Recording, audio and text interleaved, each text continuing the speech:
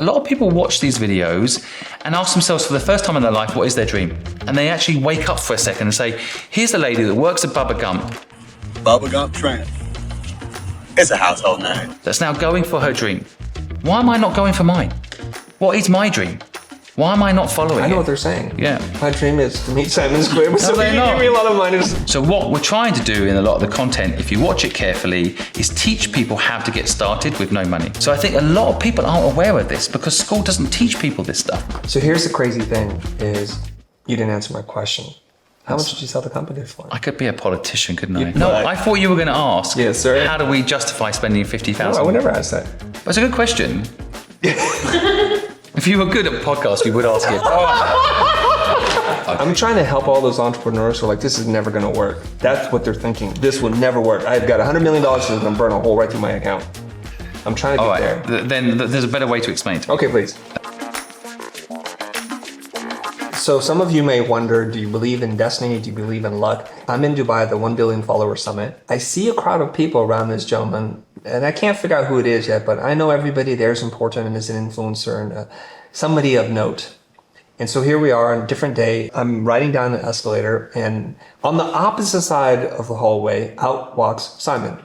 He goes, Chris, and we start having this conversation. And he goes, maybe this was meant to happen. You need to get my new book, which is What's Your Dream? And we said we should make some content together. And fast forward, here we are in Los Angeles, in your place while you're here in Los Angeles. And I think it's really cool what you're doing.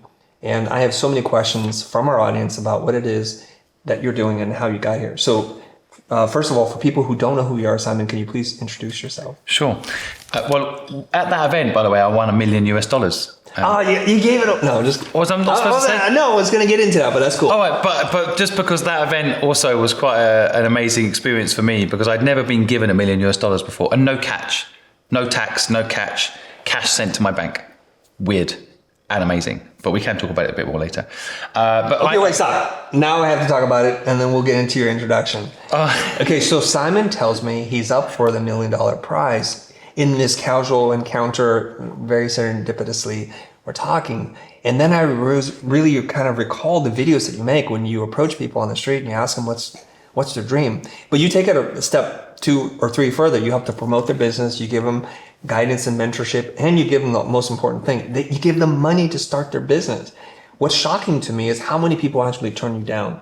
And sometimes I think those videos get more views than the ones that take your money. But that's a whole nother thing. So I say to you, well, if there's a person who's going to win this prize, it needs to be you. And you said to me, there's lots of other good people up for winning the prize. Is that what you said?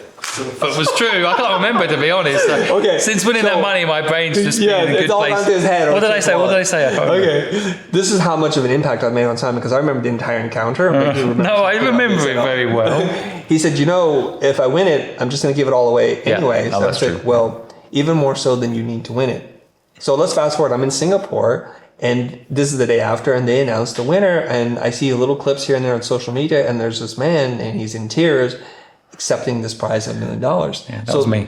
Let's talk about that. What was going through your mind, through your heart, as they announced this? Because it could have been anybody at that point. I mean, of course, they make it all high level suspense. You don't know if you're going to win it. Of course, they want you to react in that moment. So we're all sitting in a. How many of us are we? There were 6 people that were up. One of 6. One of 6. And I think at that point there'd been over 19 million votes for the people that were there. Yeah. And then so this was the kind of final thing. And I think Elon Musk's mum was there in the room, and so you got all the kind of, I think it was 2,000 people in this room, and there's really high profile people there. There are all sorts of different levels of, from famous actresses and influencers to business people to financiers. It's just a really big royalty mix. Maybe there was some, of course. I mean, I'm going to get the name wrong of who actually gave me the money, but it was someone very, very high up in the royal echelon of things. The point I'm getting to is that I think what happened was, I didn't expect to win it. I partly told myself not to expect to win it. I don't actually need the money. This is the irony. I don't need the money. But I think once I'd won it, what was really special was just the validation of what we were doing, me and my team, to help people. And people always say, free has no value. right? So what we're doing is helping people for free. Has no value. So many people say that. And I think in that moment, free suddenly had value. $1 million worth of value in that one moment. So it was kind of, and everybody in the room was cheering for our mission because everyone then knew what we were doing anyway, because we'd been at the event, we'd done a presentation at the event, everyone was voting at the event. So they all knew who we are as an organization and what we were doing. I just felt this overwhelming love. Actually, it wasn't the money. People were like, why are you crying because you got $1 million? You should be laughing or happy. But I think it was the emotion of like 5 years of work to build this thing up. I felt that whole room got it and were like patting us on the back saying, well done, well done. There you go. It wasn't really about the money. I just felt an incredible sense of like appreciation for the moment and energy towards what we were doing. And instead of people judging me and saying I'm doing it to get views and I'm doing it for this, and there was this, you're doing something good. And here's a whole community behind you saying we're with you, you know? Yes, I have a whole theory about why people cry. And I think you may support one of those theories right now.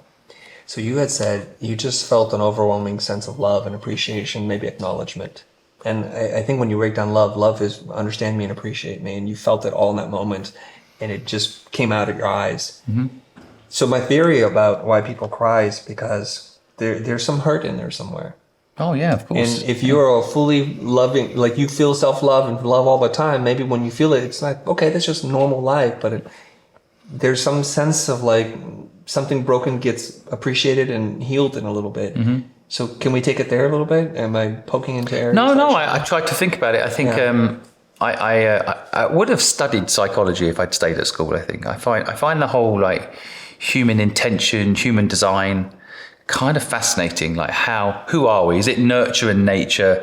Is it are we the sum of our experiences, or is it really just doesn't matter? You are who you are. The way you're born is the way you're born. I really think that nurture is more powerful than nature.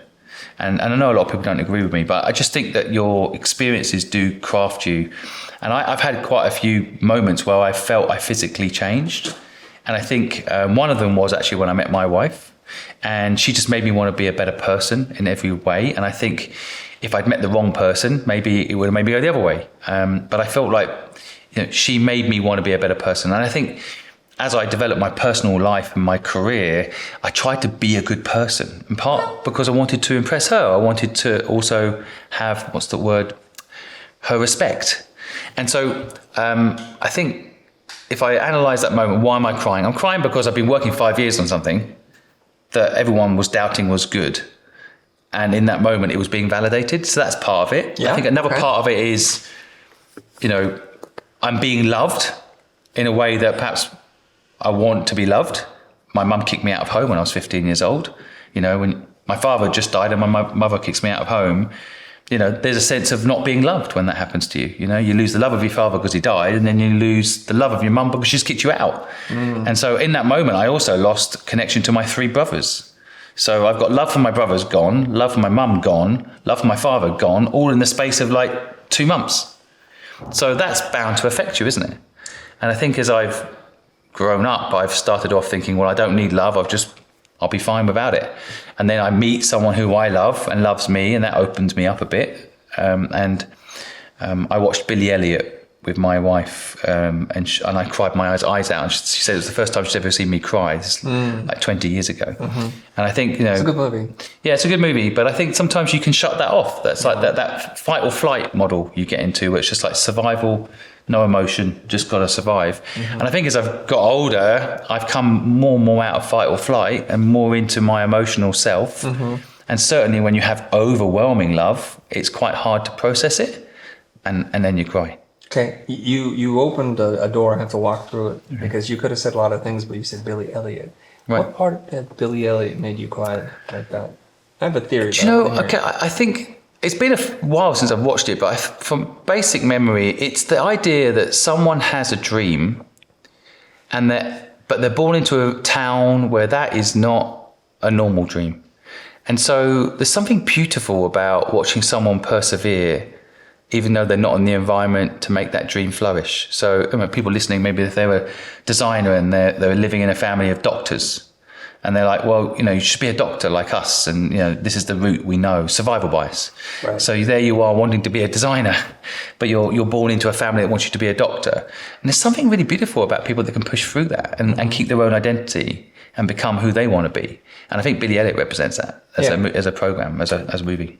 Yeah, I think he wanted to be a ballet dancer. Ballerina. And he was a straight boy, I think, at that point in time. He's being judged. Judged. Like gender norm or roles. He's being judged, and he has to sneak out and do it. I think his mom supports him, if I recall, but his dad was dead set against it. Yeah. But also the whole community a little bit judgy. A little bit. Yeah, so there was a little bit of support here. What's wrong with your son, sort of thing? Yeah. And there's a lot of judgment going on, and I think. You will never go broke telling the story of an outsider being overlooked, the underdog, because even if you have all the privilege in your life, we always feel like internally there's a child who needs help, and that's us, by the way, that we feel like the odds are stacked against us, no matter how much privilege you have. So when you tell that story, the child who's hurting, who's broken, who wants just like a warm embrace, they connect to that moment, and then the tears start to flow because they feel hurt in that moment and feel seen. What part of that movie is it? The end somewhere that you start to cry at the end. I think because he broke through and he did become. But on stage, was that the moment that he's a famous ballerina. Yes. And I think if I was to analyse it, just my own life, I grew up in a small town in England where you are really going towards, like, if you want to fit in the community, you're going to work in a factory and earn £500 a week, which is a lot of money for people in that town. And I broke free of all that. But I was you're a little bit ostracized when you try to break free of all of that. It is partly, but first of all, you lose connections with your people you grew up with. Right. And so there's an element of like, well, that love goes, but you becoming something else that town perhaps wouldn't have let you become. And I think that in Billy Elliot, there's that model. He grows up in a coal mining town. So his job really is like his father, to go down the coal mines and do a hard day's work because that's the way it is, Right. And so he's not going to go down the coal mine. He's going to go on stage as a ballerina in some fancy opera house. Right. And so it's so different to what his family culture is and his town. And I relate to that. I think I didn't cry at that time of thinking all of that. I'm thinking about it now, but I think it's just seeing someone push through and follow their purpose, their dream. That is not predetermined, but it's there instinctively in you. And despite all the pressures not to do it from his father, from the village, from life in general, where you're not going to make money being a ballerina, are you? Forget that. Down the coal mine with me. Right. That's how you're going to make money. Right. And so I think there's something really resonated with me in that story, and I think a lot of people really need to see that they're capable of doing anything. And I think when people do it, it's beautiful, but it's so hard. Like trying to grow a beautiful flower in a bed of Mars dirt. If you can somehow extract water for the flower and it somehow grow, it can make you cry. Now you're probably thinking these two guys don't even know what they're talking about in terms of this movie and what's the point of any of this. Well, I think I guarantee you when you see the arc of our conversation, you're going to understand the foundations that we're laying right now. I like to get into like the early parts of people's lives because they leave clues as to who we're going to become. You briefly mentioned three brothers. Are these three older brothers? One older, two younger. Why are you the one that gets thrown out? So my older brother was also thrown out. Okay, so two of you. But earlier on in his life, before my father died, he was thrown out. Same age. Good reasons? Different reasons? I mean, for no reason, to be honest. Okay. Just because of an argument, and that's it. Okay. My mum was very headstrong. Okay. So your older brother's out. Older brother's out. I'm then kicked out. Okay. And then I've got two younger brothers. They stay at home for the next few years, and then the one below me gets kicked out. Oh, there's a pattern here. Oh yeah, of course. Everybody gets kicked out in the household? Exactly, eventually, yeah. Okay. And by the way, I mean, just for the record, I think that there's two sides to every story, but I think getting kicked out was the best thing that ever happened to me. Now, my mum didn't do it to help me, but it did actually help me. Okay. Because it's kind of like, I think sometimes in life, there's a lot of people perhaps listening where life gets comfortable. Yeah. You can stay in your mum's spare room or dad's spare room, or you can get by with a crap job. It doesn't matter. Life's all right. There's something about having like no support that's quite freeing because you don't have any choice anymore. And choice can cause problems in the brain. It makes you not make decisions. Well, there's also autonomy. agency. Yeah, totally. Because I remember when I was younger, the thing I wanted to do was leave home because I wanted to do things my way. And we all were pretty headstrong. And if we just look back a couple hundred years ago, leaving home as a 13-year-old or 12-year-old boy is pretty normal. It's only in modern times that we hold on to our children much longer than we do. Yeah, I don't think it's healthy to actually. So I believe you have the tools to survive, and clearly you did.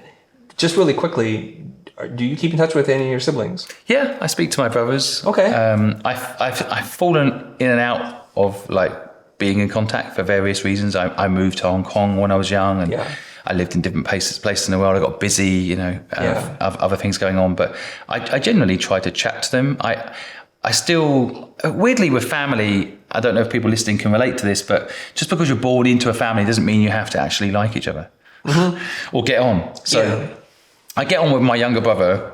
I don't really get on with my other brothers now, just for various reasons. Okay. I've changed.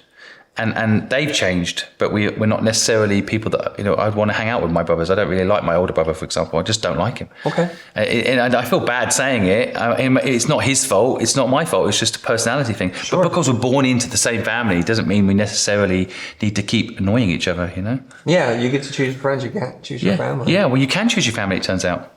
Well... You can decide not to speak to them anymore. It's another option. Well, that's one way of describing that choice. Yeah. Okay, Simon. So you don't know me, but I used to make commercials and music videos for a living, and I do know you, by the way. I'm a film geek, right? So I'm trying to imagine this moment, which I've not seen in any kind of real way. You're on stage. They announce you as the winner. Here's what happens in the cinematic version that I direct of your life. Okay. The camera pushes in. It's a very long lens, shallow depth of field, and your eyes are starting to well up. And in that moment, do you realize you've won? We flash back, cut all these traumatic moments in your life where everybody who tells you you don't deserve to win or to be here, and that all comes crashing into a singular moment, and then your eye twitches a little Almost bit. making me cry now. And tears come down. Starting to make me feel emotional now, Yeah.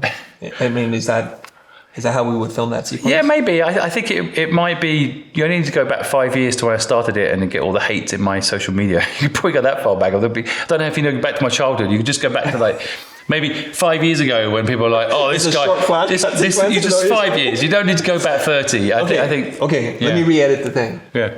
Pushing tight in your very slow movement. Your eyes are starting to blub out. Okay.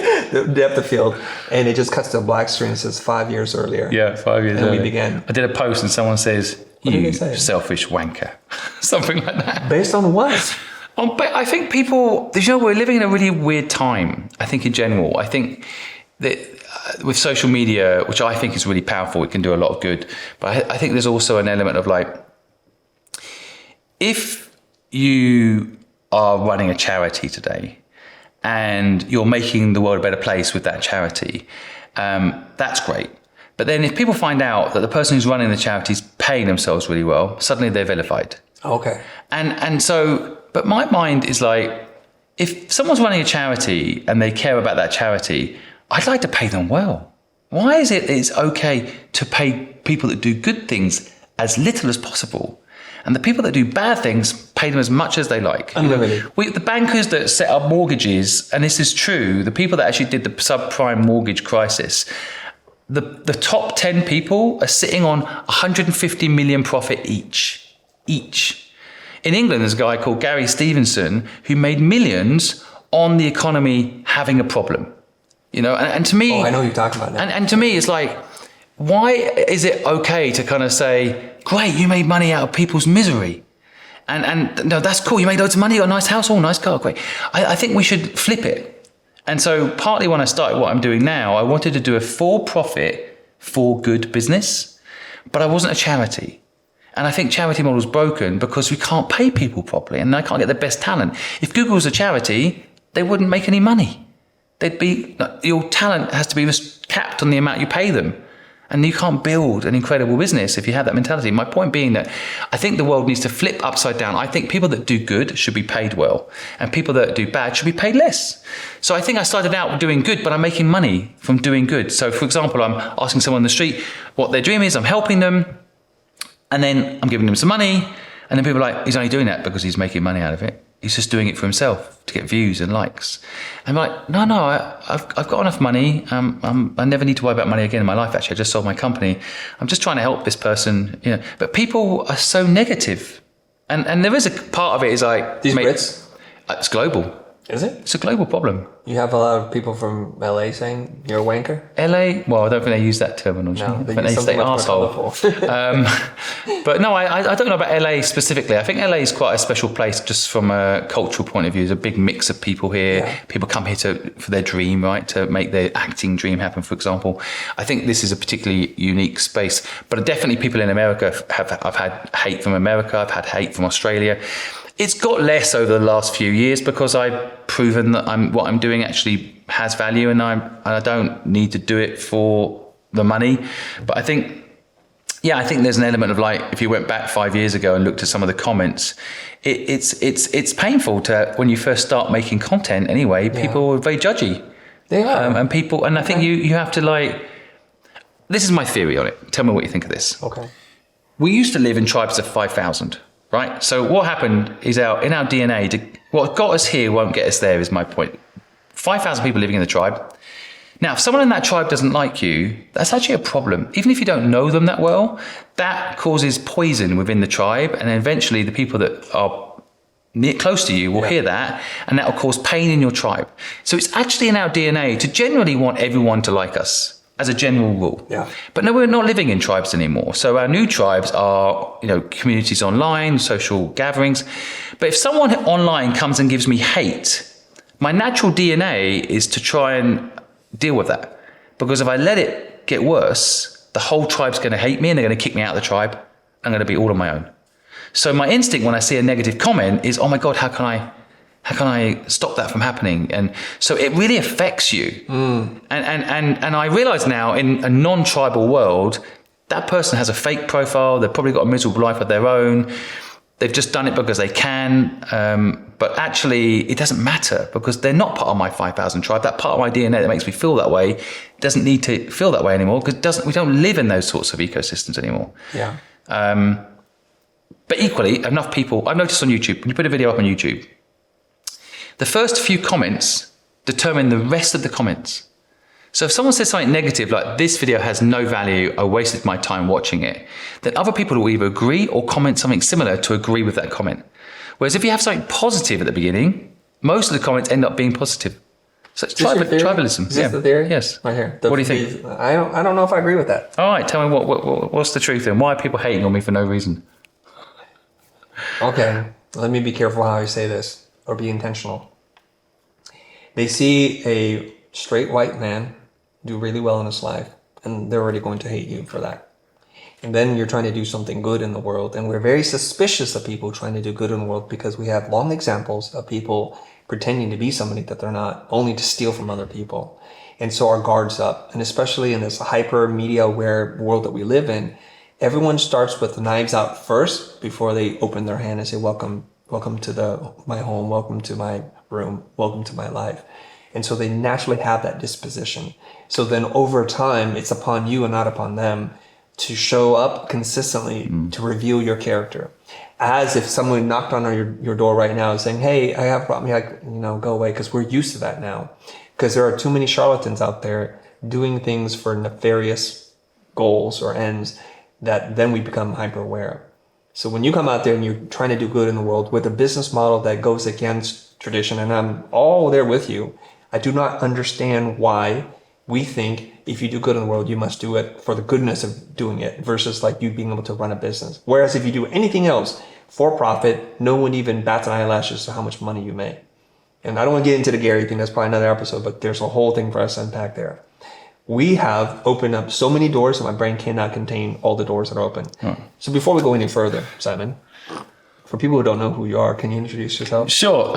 Okay, so I guess today I would be described as a social media influencer. I have 15 million followers. I get over 500 million views a month for my content.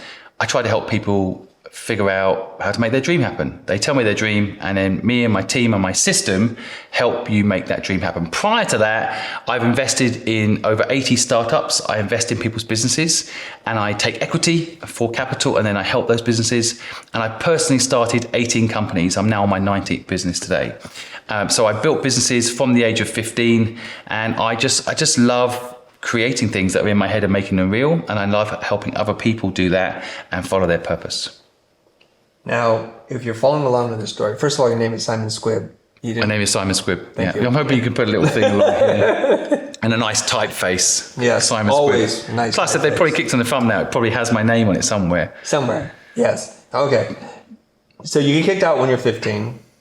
I think you're on the street for a little bit, and then you make your way to Hong Kong. Like, why Hong Kong of all the places? So there's a big gap between that and Hong Kong. Okay. I was on the street for 8 weeks. Yeah. And then I spent quite a few years in England building up businesses. And then I moved to Hong Kong when I was 23. Okay.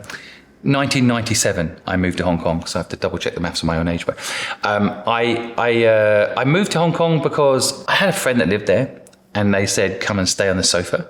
And I just sold a company, and if I moved out of England for that period of time, I wouldn't have to pay tax on that company I just sold. So it was a very small amount of money looking back on it now, but it was enough for me to have maybe 6 months traveling. Mm-hmm. So I went to Hong Kong.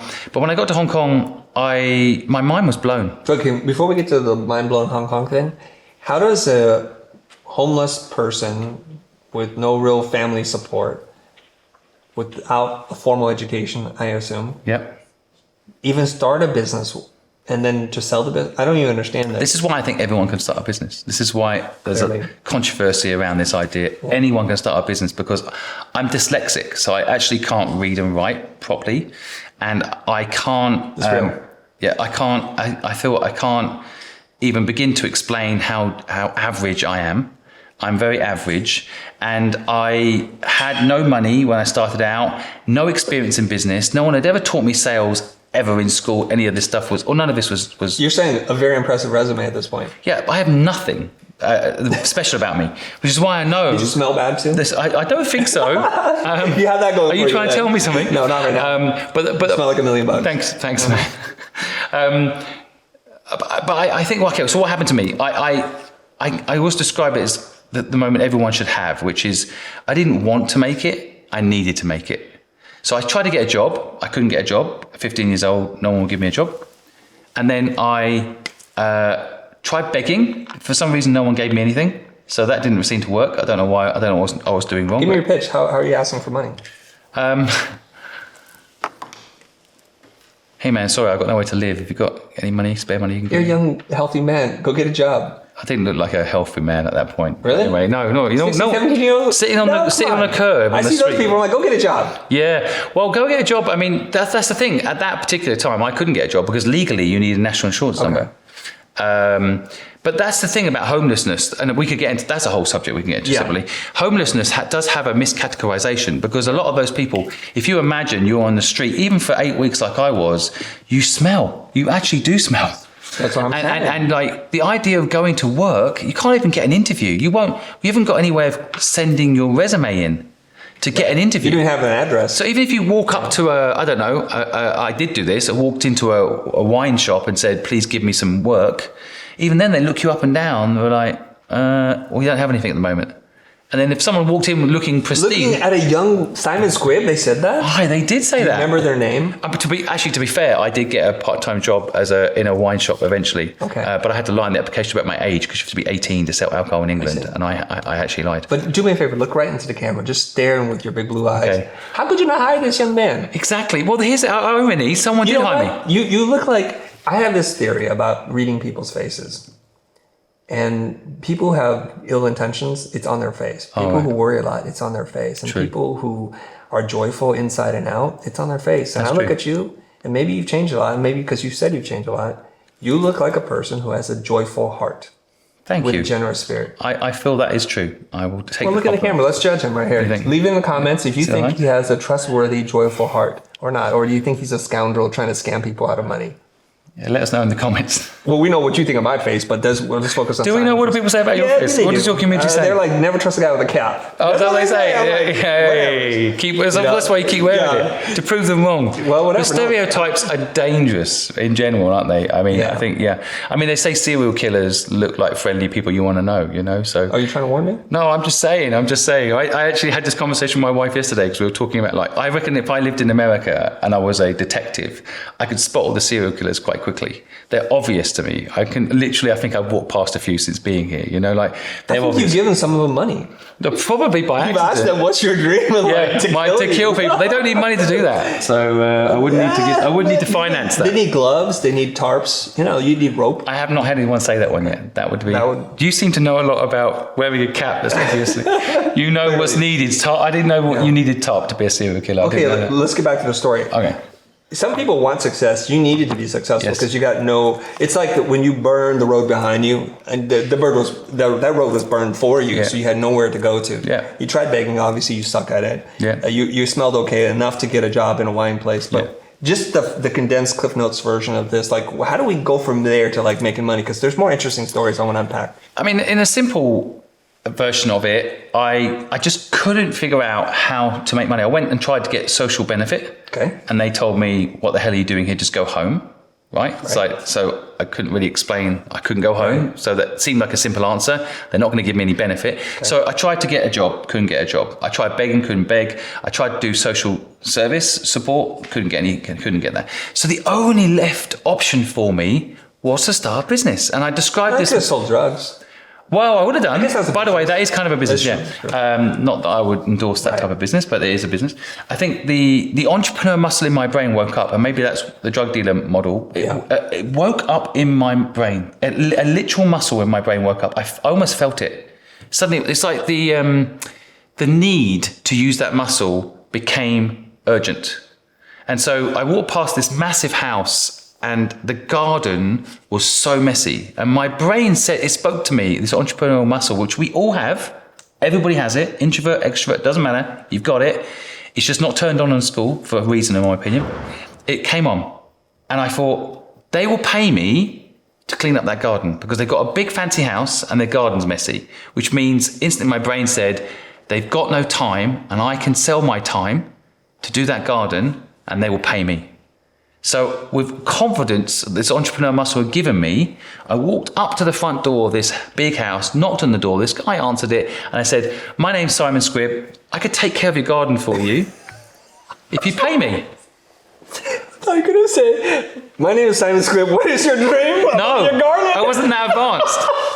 Sorry. I've got a much better model now. It's just so clear in my head. So Yeah, no. Would you like your garden clean? It just threw me out. I should have said that. Is your dream to have your garden sorted out by me? By a young, by a young person, a young man. cheap Yeah. labour. Okay. But they said yes, and they let, and then I just. But you have tools? No, so slight problem. Don't have the tools to do the garden. But again, necessity, no choice. So I did two things actually.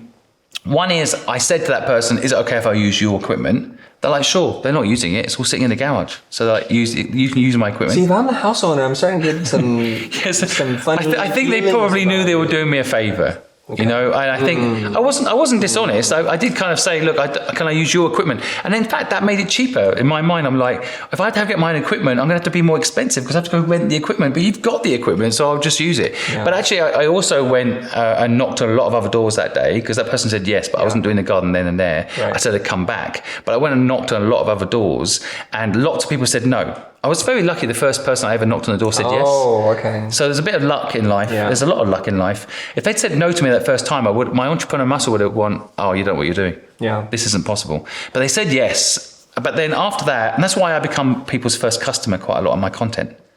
Because I remember that first customer feeling where you almost have validation because one person said yes. Yeah. That spurs you to get 10 no's. Because you know at one point someone said yes, and surely someone else will too. So you have that survival vibe. Yeah. So I knocked on about 100 doors after that day and said, oh, you got a messy garden, can I take care of it? A lot of people said yes, but 12 people in total said yes and let me become their gardener. And then I went back the next day and asked them for a deposit. Right, and I took that deposit and that allowed me to buy some of the fertilizer and some of the other bits and pieces I needed. But one house I saw had a whole ride-on mower, all the equipment. A lot of it was brand new looking, so they bought it but never used it because they're too busy. So I just asked them. I said, "You've got this equipment here. Can I use it?" And they're like, "Sure, go ahead. Doesn't matter to me. It's just sitting in my garage. People buy this fancy stuff and don't use it. Why not?" So I managed to get all the equipment for free. And then through the deposits I got from all the people that had said yes, buy the basic bits and pieces that I needed. The big problem came when I tried to do the gardens and I'm so bad at gardening. So then that's also a good thing. Okay. Because then I had to bring other people in to do the gardening. I think I can turn this to a 17-hour podcast. And I'm trying not to do that because you keep opening more doors. Sorry. It's like this infinite web, kind of like in Loki, the Sacred Timeline. Yeah. It's got too many branches and we need to prune some down. Okay, fair. Okay, but I love the stories. I would like to talk to you multiple occasions here. The reason why I'm umming left and right is because the plot thickens every time you tell me a story, because then it's very clear who you become, why you choose to do what it is that you do today. And when we get to that, it'll make a lot of sense to all of you who are listening or watching this right now. Okay. There's a couple of things I want to point out. Number one is I just want to say this, but I don't want to dwell on this. You're a white guy knocking on doors. Doors open. You're a guy asking for work and don't have equipment and don't have skills. And they say yes. I just want to put that out there because people are going to say that. Easy for him to say. But here's where it's not easy, because a lot of us wouldn't knock on those doors. I put myself in that category. And what you call the entrepreneurial muscle, this need, I think it's another word for it. It's just called you're hungry. Like literally hungry, right? Because you don't have a choice. If you don't make this and you don't figure this thing out, what do you need? Where are you going to live? And so you have to do this. So many of us live in this place where we don't have that kind of backed into the corner feeling. So we just wait and wait and wait. And some of us just wait too long until it's just too late for us to do something about it. So there's something to be admired. I respect anybody who has the guts to go up to the door, talk to a bunch of strangers, and give a pretty okay pitch, not knowing if they can even do it. And then being lifted by the confidence of your first sale, and have the guts to say, let me do that 99 more times and not just quit with the first one. So you get it together and you're able to do this and you hire people because you don't know what you're doing. And I assume this is the beginning of a business for you? Yep. That you turn into a business and other businesses and then you sell all these things and leave? Yep. Okay. Pretty much, yep. Okay, so how much money's in your pocket when you go to Hong Kong? I had about £80,000. That's a lot. It's a lot. And you were 23? 23. 23, okay. 24. We're going to map this from UK to Hong Kong. You're 23 years old. And But if anyone that's lived in Hong Kong, they'll tell you that doesn't last very long. I don't even know The most expensive city in the world. Japan's number 1, Hong Kong's number 2. Really? Like London's number 12, I think LA's number Singapore's 14. got to be up there, right? Singapore's number 5, I think. Okay, yeah. But I literally went to one of the most expensive places in the world. So, and when I got there, I realized this is what people spend in a weekend in Hong Kong. But yeah, as a young person, that's a huge amount of money. And coming from nothing, of course, it was a huge amount of money for me. If you have $80,000 in your pocket, what do you need to stay on somebody's sofa for? Because I didn't want to burn it. And actually, by the time I learned how to be frugal and build things, the last thing I want to waste money on is a mortgage or rent. Okay. And if I can avoid those two things and use that money for experiences and building something, the better.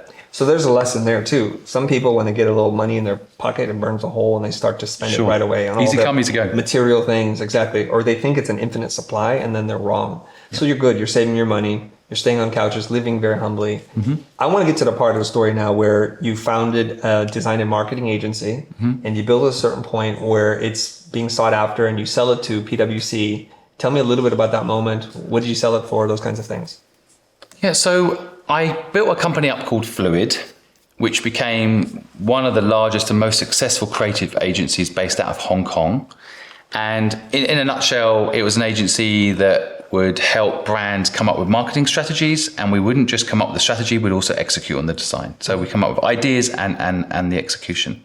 And I loved it. I built it for 10 years. It was just literally walking into the room with brands, new companies and old, and they'd tell us their problems, and then we'd come up with solutions. And I started it all with Helen Griffiths, who's now my wife. She's a designer, and I guess I'm a marketing person. I'm a salesperson as a gardener, but in the end, I'm a marketing person later as I rebrand myself a bit. And with this company, it turned into quite a big business. I think in the end, we had a couple of hundred people working with us, both freelance, on contract and full time. And one day, PwC start partnering with us to pitch to clients together. So they've got the top 500 companies in the world working with them, one of the biggest audit firms in the world.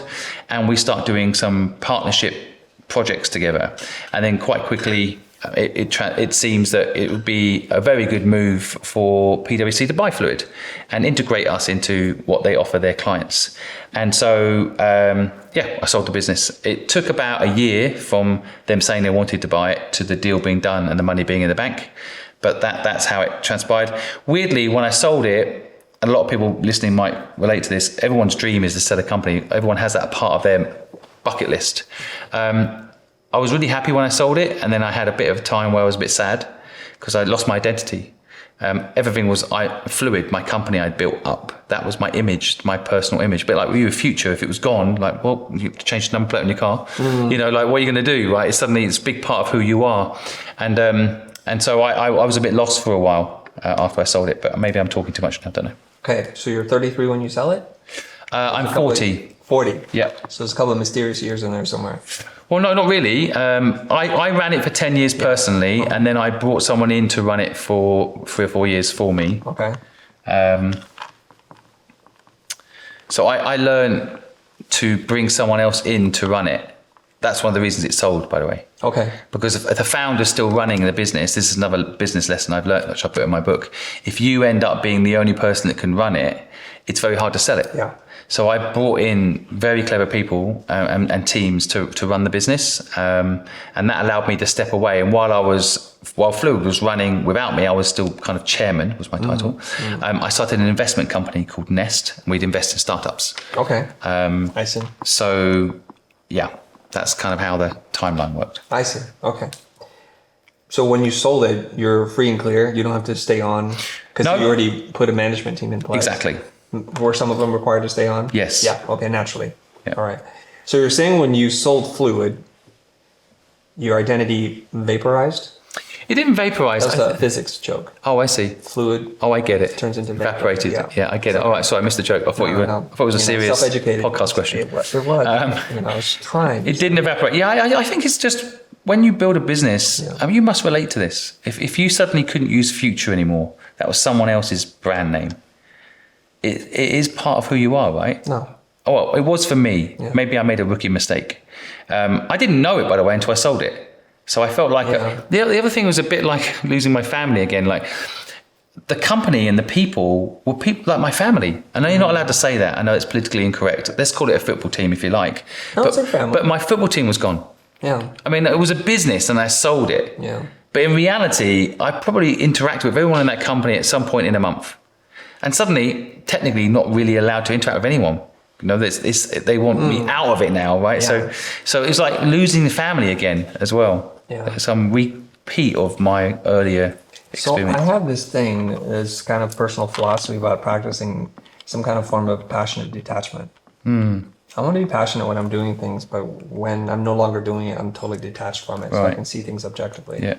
I wish I'd had you tell me that before I sold it. I wish we met each other earlier in life, so I could borrow money from you. Yeah, well, awesome. Equally, I wouldn't have been so emotionally upset for so long after I sold the company if I'd met you, maybe. I need this. This is important, actually. I think so. It's a good lesson for people. Yeah. I think you should be attached to what you're doing, but not... Did you see Vanilla Sky? I feel like we can just pull references. Tom Cruise movie. Tom Cruise, yeah. I don't know how the relation to that is. No, it's coming. It's coming. So, spoiler alert, if you haven't seen it, I'm sorry. He gets into a horrific car accident and he's mutilated in that, and they have to create some kind of strange alternate reality for him to process it. And that's the big spoiler. Like he's all messed up. Oh yeah. And so when people lose a limb, they're disfigured, they lose a sense of identity because he was the publisher playboy who got to do everything he wanted, sleep with whoever he wanted, and then he got really messed up in that process. And so everybody that goes through that, I think, has to start to question who am I? What is my identity? So if you lost a finger tomorrow, are you like 98% less Simon Squibb? No, of course not. Right. And a finger is much more serious than a company. But you're still you. Yeah. So as long as you're conscious and you have a soul and a spirit or whatever you want to believe, and you're still able to do what it is that you want to do, I think you're still you. And that's why it's like this emotional attachment is the thing that was partly loss of identity. Yeah, I would counter argue that. Please. I think that it helped me make it work in a way, because I don't believe in work-life balance. I don't believe there is a separation. I think that there's just work and there's I think there's just life. You know, there's no work life. So my business partner became my wife. And I think that I had a good relationship because my wife was there in the business with me. Yeah. I like working. Yeah, me too. And if I'm working till 10 o'clock at night on a Friday, if my wife wasn't working with me, I wouldn't be seeing my wife. We'd probably get a divorce. Yeah. So I just really like integrating things. And I think even with the team, I have it now, by the way. I really care about my team now. And they're all sitting behind the I want to cameras talk here. to you about that too, because when I walked in here the first time, there was a different model I was seeing. A little bit scary, also very exciting. Okay. Yeah, but I just think I don't want to work with people that I wouldn't want to be friends with. I think Mark Zuckerberg said it, and I'm not a fan of Mark Zuckerberg, so I'm not endorsing what he has to say, but he did say something I liked, which he talked about how if that person you hire isn't someone you would work for, don't hire them. Yeah. And I feel that way. Like I feel like we got this house here in LA. I'm staying with everybody here. I trust everybody here. I like everybody here. Otherwise, I wouldn't want to be living with them right now while I'm in LA. Like I know it sounds for a lot of people, maybe it's like, well, you shouldn't. There's the one person you told me that you couldn't stand, but there's only one, and he's over there, so I don't want to insult him. we won't let him know who it is. Poor Arthur. Yeah. So I love you, man. Joking. But the point I'm getting to is like, I just think that's oversold to people too, and it's kind of the counterbalance. I kind of just to be careful with it, because I think that there is definitely detachment. When I sold the company, I should have just probably started something else instantly. Partly me thinks that. That's a rebound thing. Maybe, I think but it's a bit. But it's also like saying don't be too much in love, because when you break up, you might cry. There's a part of me like, oh, fuck it, I'm just going to do the all-in love thing, right? And in business, I kind of like it. I do take it personally. People say don't take business personally too. I do. And I do fall in love with what I'm working on. And I think that allows me to like really love it, really like be all in. That's why I've been married for 23 years. I'm all in when I do something. You are mixing so many metaphors in here. Am I? Yeah. Is it getting confusing? Are you guys following this? Or not? No, I mean, if you take it at face value, but if you're like literally unpacking, I'm like, wait, this doesn't make sense. Right. Because you were madly in love, and now as soon as that love is over, you're ready to bang the other business. Yeah, if my wife divorced me, I'd probably bang another business. No, yes, you that's can't. what I'm saying. You have to go through a period of grieving and saying, what is my life? Do you? Yeah, do you? Not always. If you were in love with it, yes. Well, I did have 2 years off. In fairness, I had 2 years off before I started what I'm doing now. So I went through a grieving process. We're just messing around. But it was pretty hardcore. I did actually, I felt I had a little bit of depression after I sold the company. Okay. Just because, again, like my whole thing was I needed it. Yeah. And I didn't just want it. And I think I carried this needing it right until I had all the money in the bank from this company. Oh, that's fascinating. You said words there. And now suddenly I didn't need it anymore. Even like if I told my wife, I'm going off now to have a meeting. She'll like, what's the meeting about? Oh, maybe I'll make some. We don't need money. So where are you going? I don't know. I don't know where I'm going. I won't go. And you suddenly have all that.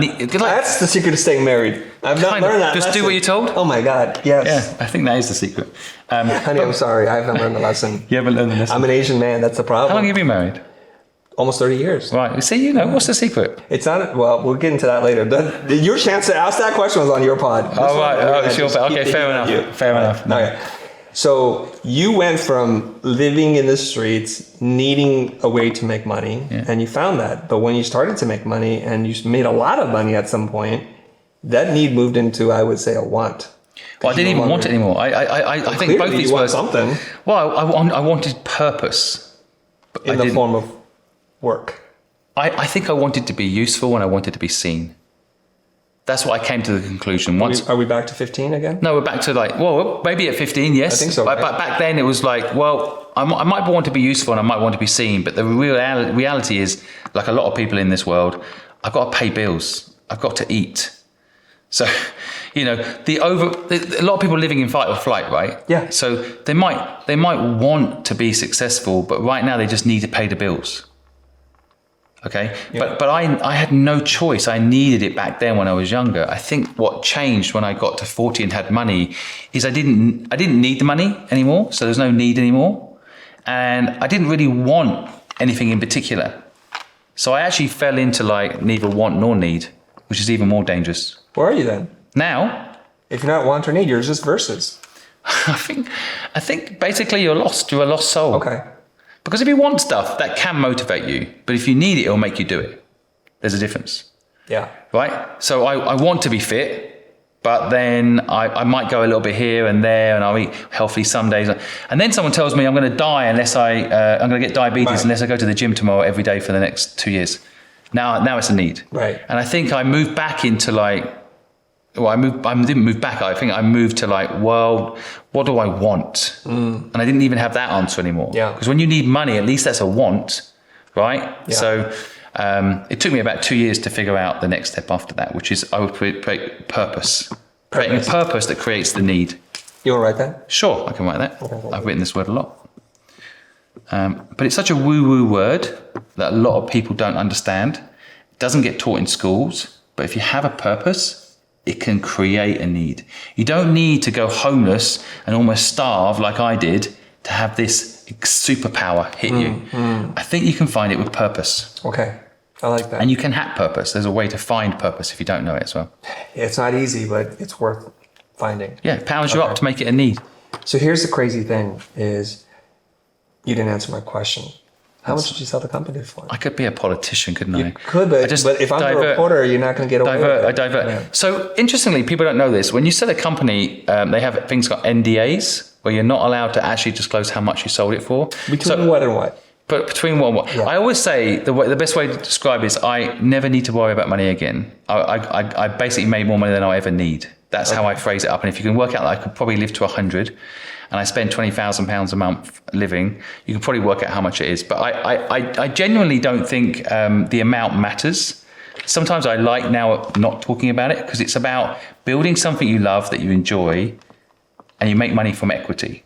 You're working out how much it is. You're working out. I already know the amount is 240K and you are 50 years old. So live with this as you multiply that by 50 times 24. You know, amazing. You can figure this out. So I saw a great meme the other day, like Trump's getting into a war with Asia over maths with We're screwed, everybody. We're so screwed. Yes. Okay. Let's get back into it. So you've earned out more money than you could spend. So here's where I really think it's important to highlight this part of your story because I want more successful entrepreneurs to consider the possibility of doing something that you're doing. Here's how most entrepreneurs work. They make money and they just want to make more money. They can't even spend the money they have, but they just want to make more money. And it's why there's this great disparity between the bottom 99 and the top 1, because as you have resources, as you know, money makes money for you and you don't even have to do a lot. I don't have a lot of love for people who use money to make money because they don't really generate anything in the world. I don't also have a lot of love for people who move around money as a means to make money because they've yet to do anything. I like what you're doing, Simon. I have great respect for you and what you're doing. And the people that know me and like me also like you and just are saying this guy is a real genuine person. Here's what I think. There's a gentleman, his name is Eric Silva. I think that's his name. He gave a TED Talk. You might have seen it. He goes on stage and he says, in the 21st century, the new billionaires aren't the ones who have $1 billion in the bank account. It's the ones who can make a positive impact on people's lives. Every life is one of the 1 billion. And I think the world would be a much better place for everyone who's got more than what they need or possibly what they would want, for them to turn around and do something good to help the world and make a healthy profit, but do good now. Don't wait until you're like 98 to give away your money. That's how most rich people do. Like they find God and then they find religion and then they want to give it away. But you can do a lot of good right now in the moment and still build a really good business and a life for yourself. Totally right. So what I have to do is now unpack why this crazy guy wants to take this money he's made and then put a lot of it at risk to try and help other people. And I also want to understand the business model of helping other people achieve their dreams. So give us your best pitch as to why, if you're at a place where you don't need or want that money anymore, why you would want to try and help other people achieve something, some version of their own definition of success. I think when you're figuring out what the purpose of life is, which is that kind of crazy question, what is the purpose of life? I discovered it after I made money. So it's very easy to say this. Once you've made money, you can have purpose. There's some truth to it. I think you've got to fill your own bucket up. You've got to be able to pay your own bills. But I think that I actually made a shocking discovery in the last 6 years. I didn't fully understand this. Once I had enough money that I didn't need to do things for money. So I didn't need to help someone for money. I could just help someone. I was doing that when I was retired, I would help people, and I didn't expect anything back. I didn't want anything back. And there was something really special about that dynamic. And I think I realized that in the last 100 years, since the banking system really took over our lives with things like mortgages, everything's become a transaction. So for a taxman to make money out of you and me, we need to have a transaction so they can tax it.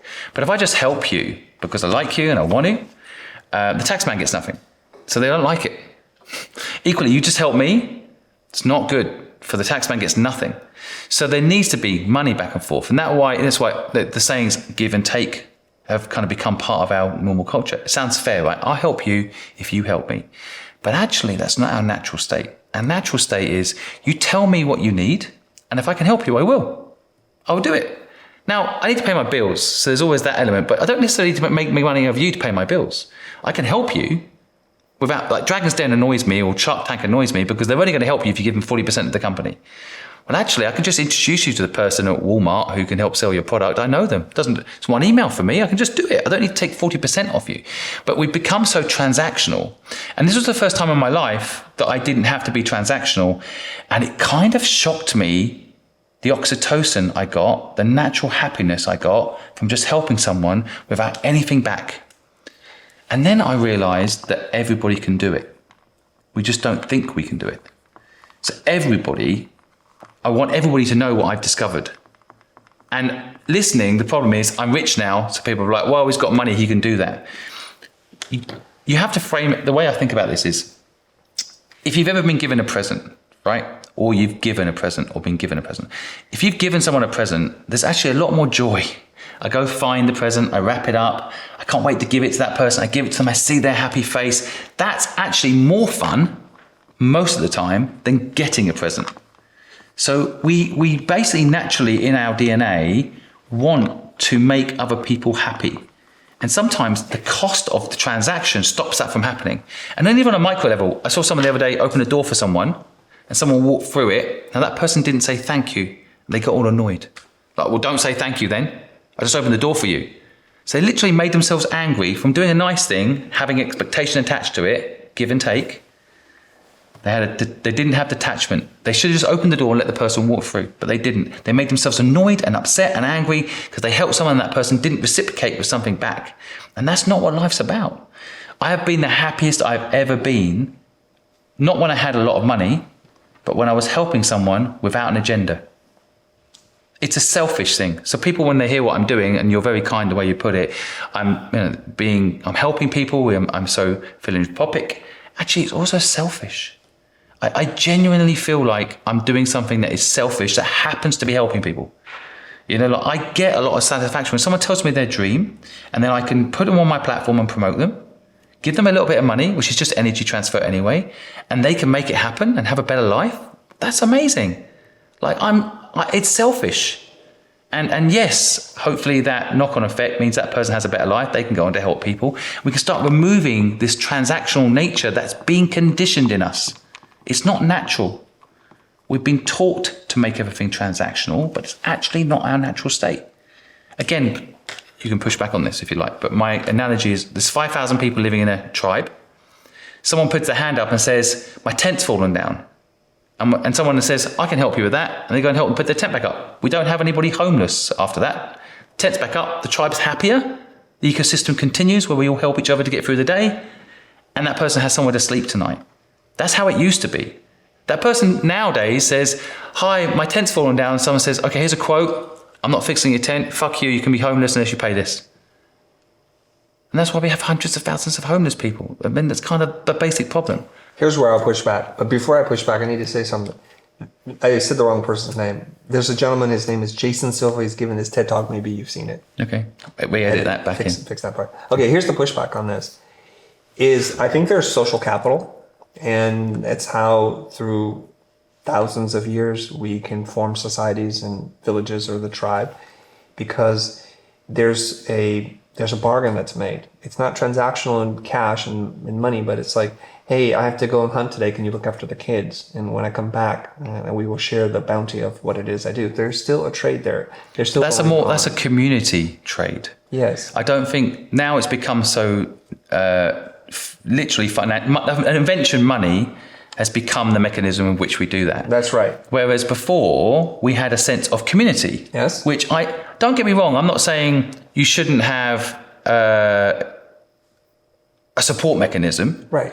Which is, I think that's what you're talking about there. That's not the same as what I'm describing. I understand. You're talking about community support, right? Well, the word you use is village. So somebody's tent falls down and you raise your hand, you help.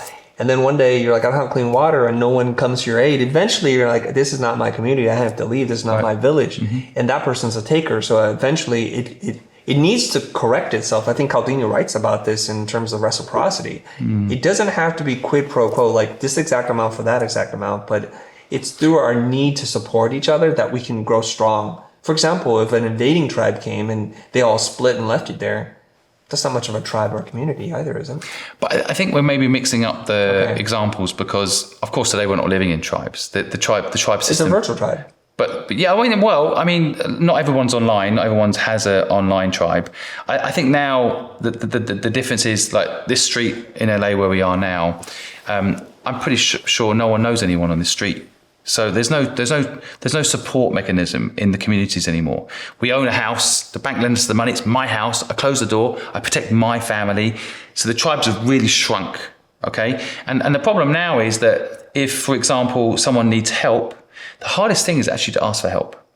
So if you don't have a tribal system where you can ask for help, the only way you can get help is if you pay for it, and most people can't afford to pay for it.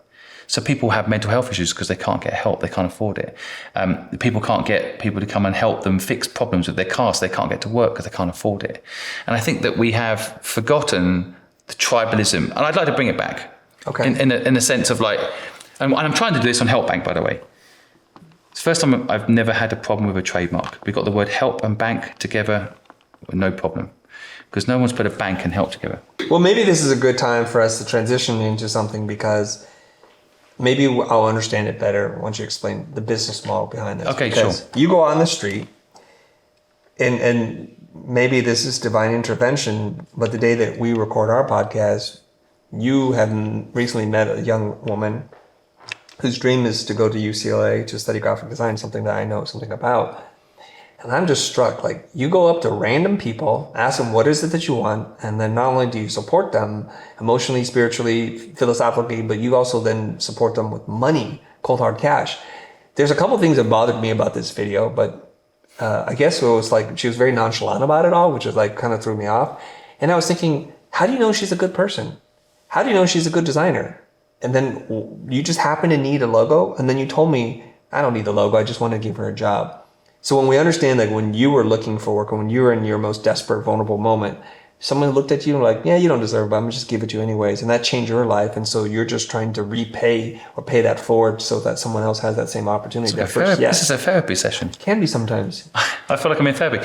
I agree with you. I see the connection, yes. Yes. I told you I was going to thread it. It was pretty obvious. Yeah. Oh, okay. That's good. So you say yes. And that's why also off camera, you were talking about sometimes we need just to get that win to be at the top so we can get going. So there's some win to our sales. So you just need one person to believe in you, don't you? Just one person. And I guess for a lot of people, you're going to be that one person. So if you see this man coming down the street, be ready. Just be ready. If you see him with the camera. I'm being replaced by a doorbell, by the way. We now have a doorbell system. I've seen You can that. press that, yeah. So I'm Yes. getting replaced. But So my thing is, you just approach random people, and how do you know she's not a good person, and does it matter? yeah, again, judgment. I really try to remove judgment. It's not about whether they're a good person or not. It's really about hope.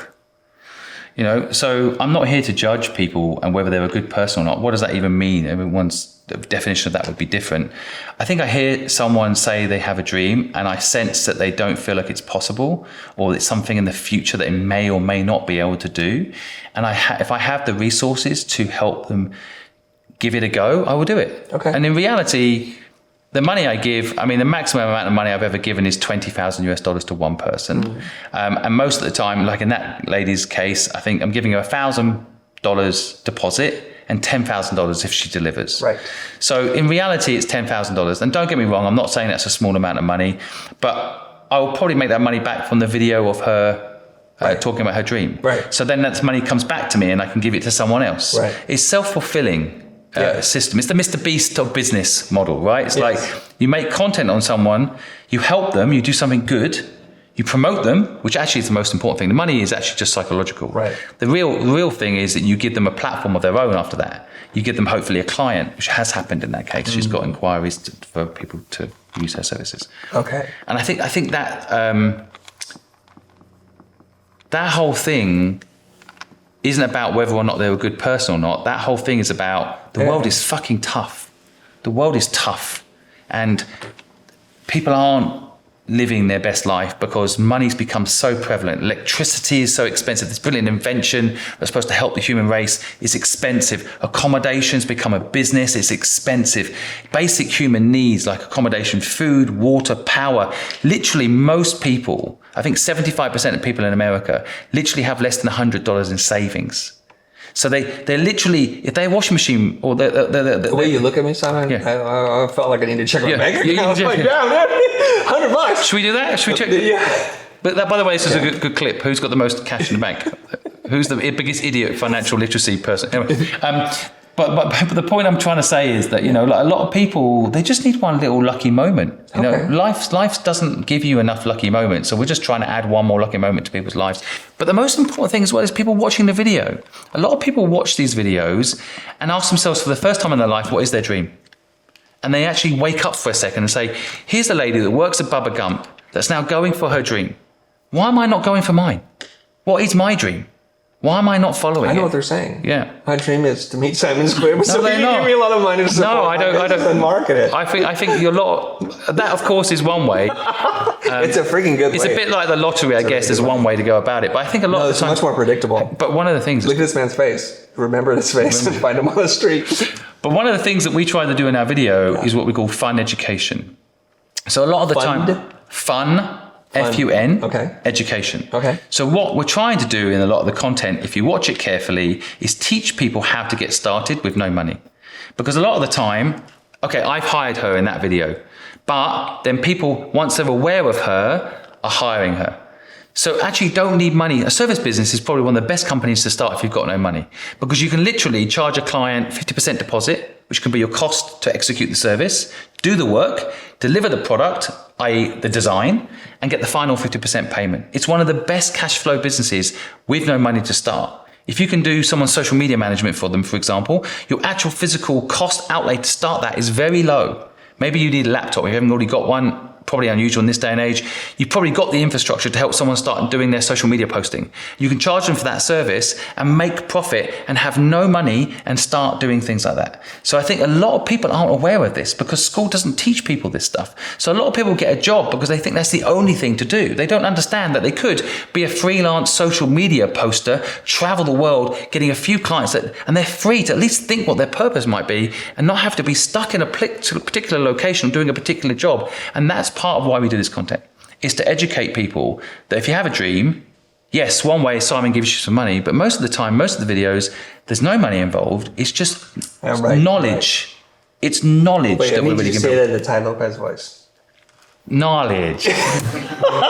It's knowledge that you're missing. We're going to have to work on that. All right. Knowledge. You got to say it with a little bit more. Knowledge. Yeah. I forgot about that. Okay. Well, I don't know where to go with that, but okay, I'm sorry to kill it. No, it's good. It's good. Okay. You know why I needed to do that? Because I've done the math in my head while you were talking. Go on then. Here's what we're talking about. So we know that 5 times 20 is 100. So 5 times 4 is 20. So that's 120, right? And we had those 2 zeros, then we had the 3 zeros there. So that's the number we're talking about. 12 million. Sounds low to me, Simon. I'm not giving you any clipping. Blink once if it's low. It's got to be low. This feels too low to me. Blinked once. Anyway, it doesn't matter. I actually think this whole how much it fascinates people, but I don't think it matters. Huh? Is that what it is? Is that what it is? Yeah. It probably is. Yeah. Yeah. I think it's the process of building something you love and then being able to monetize it because you own equity is the lesson I'd like people to stick with. Yeah. But net worth as well doesn't mean anything. Right? What's your net worth? What is my net worth? You say that, if people actually understand how net worth works, I would say it's not too high. North of 20. Yeah, no, I would say it's higher. A lot higher.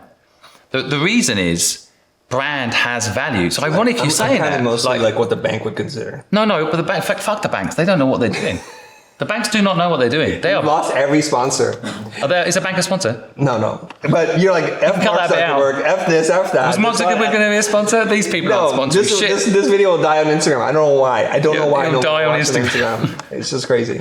Odd, right? Odd. But let's do this. Let's just quickly recap on a couple different things. Some 50 ideas. times 240. Is that 12, is it? Yeah. Okay. 120. Yeah. Something like that. Okay. I can live a lot longer. Anyways. Than that. Thank God. We talk about purpose, and purpose is a funny word because it means a lot of different things. But when you were talking, what I got from that is once you have enough money, you have to ask yourself this, and it's an existential question, like beyond money, why you exist.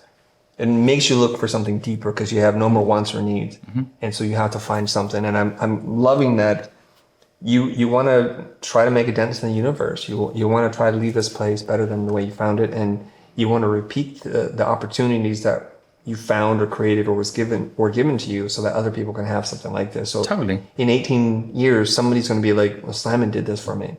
And you're planting a lot of seeds. You're like the British Johnny Appleseed, just planting little entrepreneurial seeds all throughout the world, right? Yeah. And then one day there's going to be an orchard of entrepreneurs all over the place, and they're going to be able to pull fruit and say to their great-great-grandchildren, like, we're here because there's this British guy with blue eyes and looked in the camera, he looked kind and generous, and he said, you could do it, and I did it. I didn't need money. I need knowledge. I gave him that fruit. Number 2. Can I just add something to what you said there? I was going to go on a thing, but please. Go on, no, you go. No, I know. I don't want to. No, I was only going to add your planting trees analogy. I'd probably take it a step further. What I'm most proud of is that people watch this content and plant their own seeds. The whole world is asking, what is their dream? Which I think a lot of people were not asking before. I feel like if I was to die today, at least I've got people thinking, what is their dream? And waking themselves. Seeds you planted? But I didn't plant those seeds. I think people watched the content of someone else going for it and felt inspired, and therefore they're asking themselves, why am I not doing that? And school doesn't teach people to be aspirational in this way. So I feel that's the analogy is, yes, I'm helping those people plant a seed, but actually people watching the content are planting their own seeds. A lot of people send us DMs like from a year ago or 2 years ago, I watched your video, now I started a business of my own, and now it's working. Okay. It had nothing to do with me. I didn't help them. How about you till the soil? How deep do you want to go on this metaphor? Yeah, okay, I'll move on from the metaphor. It's very British of you to not to take any credit. But all right, okay. All right. Is that a British thing? In America, they all take the credit, isn't it? We take credit for things we have nothing to do with. Fair. It's like, pasta. I am actually the guy behind the scenes helping Simon before any of this happened. So you guys. Yeah. It's you. It's all thanks to you. Your branding expertise. I wouldn't be here today without Chris. Please. That's a clip. Yeah. Right. So beyond money, why you exist. And then you said something. It's like our natural state is to want to give. And I believe in that 100%. There's this episode I listened to on a different podcast, a science-based podcast. They say, well, money, can it buy happiness? And it turns out money can buy happiness, but not the way you think. If you receive money, as they say, and then you spend it on yourself, it's diminishing levels of happiness. But if you get money and you're charged with giving that money to other people, your happiness actually goes up. Mm-hmm. So if each person who receives the money continues to give it to people, the levels of happiness go up. Therefore, some of those viral pieces of content, like $100 or 1,000 to give away. They're like 1,000 to give away, and then 100. They just keep elevating the stakes until somebody's like, selfish, I want it. And we're watching that, so we're kind of living that feeling there. Your whole thing is give without expectations, because a gift is a gift. You give or you don't give, but you can't give and expect people to do things. There's a word for that. It's called manipulation. We don't want that. Like, if you get good grades, then I'll give you something. If you do this, if you basically do everything I tell you to do, then I will reward you. With love, with appreciation, with acknowledgement, or with a roof over your head. There's a lot of manipulation, by the way. Political system is one big manipulation. Absolutely. Yeah. And you're saying that we live in a society, unfortunately, where we no longer have the ability to ask for help because, one, maybe there's a stigma against asking for help, but two, we don't know where to ask help from. If it's not from a bank or a government official, we just don't know where to go, and I think you're trying to change that. So that leads us to unconditional giving, which is what you're doing. And what you're doing is the Mr. Beast model, less vapid. You're actually trying to help people change their lives. It's not just for shock or entertainment value. Can I say that? Yes. And you've built a business model on infinite giving. So let's unpack this, because you can afford to, because of the business model you've built, be able to give this young woman an opportunity. And you stay out of the whole, like, I don't care what you do. I don't care if you're a bad person. I don't care if you drown kittens, as you're saying. Those are your words, right? I'd probably care if you don't drown kittens. You're not here to judge. Whatever you do, I'm going to give you $1,000. You want more make kittens? me judge. Here we go. I love kittens. I don't think you should. I don't know how Just put it right. I don't do the research on that. But. Give people money. What they do, who they become, that's on them. Yep. You're going to move on because the business model supports that. If enough people watch the video, you'll make money on AdSense or something else, or sponsor deals or new opportunities. So the bank account can keep filling itself up. So can we get into the business of giving? Yeah, I think the business of giving is a good way of putting it. I think we should have a business that helps people for profit, for good. You want to race? Should we? Yes. All right. Okay. That's a special art to this, and you do it so well. All right. Okay. The business of giving. So I want to know, and I want you now not to speak to the philanthropic, but the miserly, the entrepreneurs are like a little tight on their money, how they can build an amazing, sustainable business helping others while making even more money. So can you break it down for us? So the first thing probably, and I don't know if I'm going to go in the right order on this, but okay. I think the number one thing in a business of giving is to actually act like you've got no money. That's easy for a lot of our audience because they literally have no money. I think if I could go back to the 20-year-old me and start a business again, I think having no money is a competitive advantage. I have invested in so many companies, and what I've noticed, probably the most extreme example, let's say WeWork, right? WeWork's raised billions, and they spent the money without thinking about how to make it work as a business. Right. So sometimes having too much money can cause a problem. Yeah. And you're not inventive. You don't. So for example, I invested in a business where the people took the money and they hired a marketing firm. And they come up with this brilliant marketing strategy. There was another company that I didn't invest in, that didn't raise any money, and the founder came up with their own marketing system and was talking direct to customers and didn't hire anybody. And so what I found interesting about that was the people that had the money lost, because they hired the external party and they didn't take control of the marketing themselves. Whereas the company had no money to hire the marketing firm, did it themselves and won. Okay, because I think basically money makes you weak.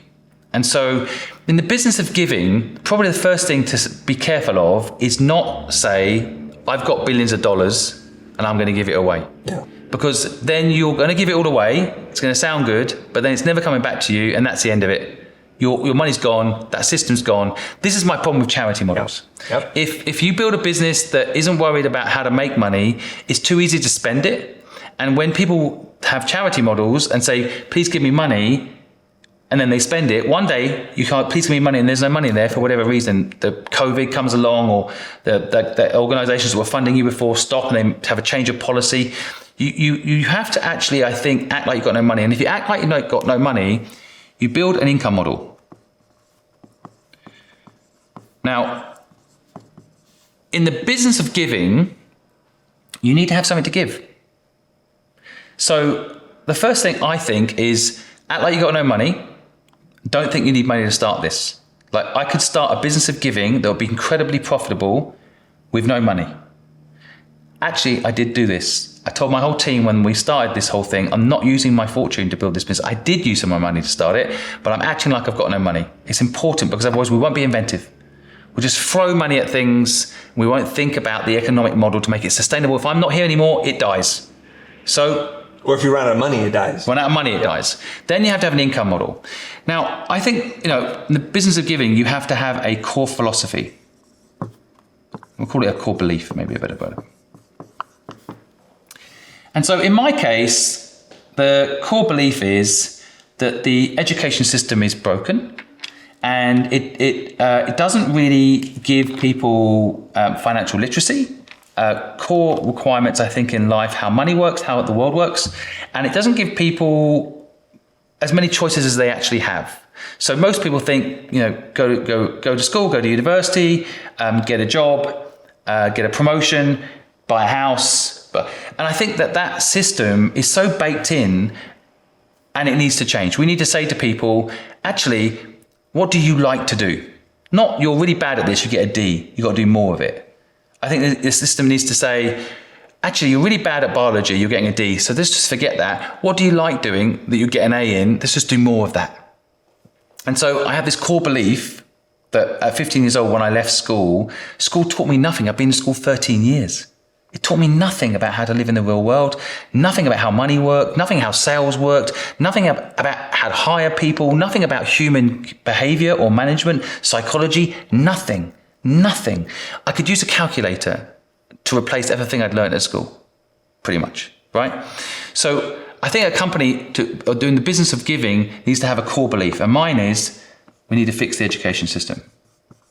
Now, people listening, they might have a different core belief. That's fine. You need to have a core belief because then you're going to build an army. And to build an army, the mistake people make when they build a company is they build a business model. Let's say the design agency. We help clients get more clients. And then they hire people around that to help them do that business. But then if you're not careful, there's many companies that will be offering to do the same thing. And so what if companies make more money? Do you make more money if those companies make more money?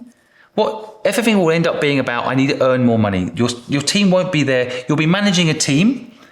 And I tell people not to manage a team, manage a purpose, hire people on that purpose, and they manage themselves. Because if my team, which they do, believe that the education system is broken and not helping humanity, then I don't need to manage them. They will self-manage. Because if they go off and do nothing, then this problem doesn't get fixed. So I hire this army based on, do they believe in what we're doing? Now, the income model, I think, should be linked to what the giving is. So I'll give another example, except for I'm going to explain my own business in a minute, how we make money and what we do and how this all works, tying it back to my own business. But just a general example.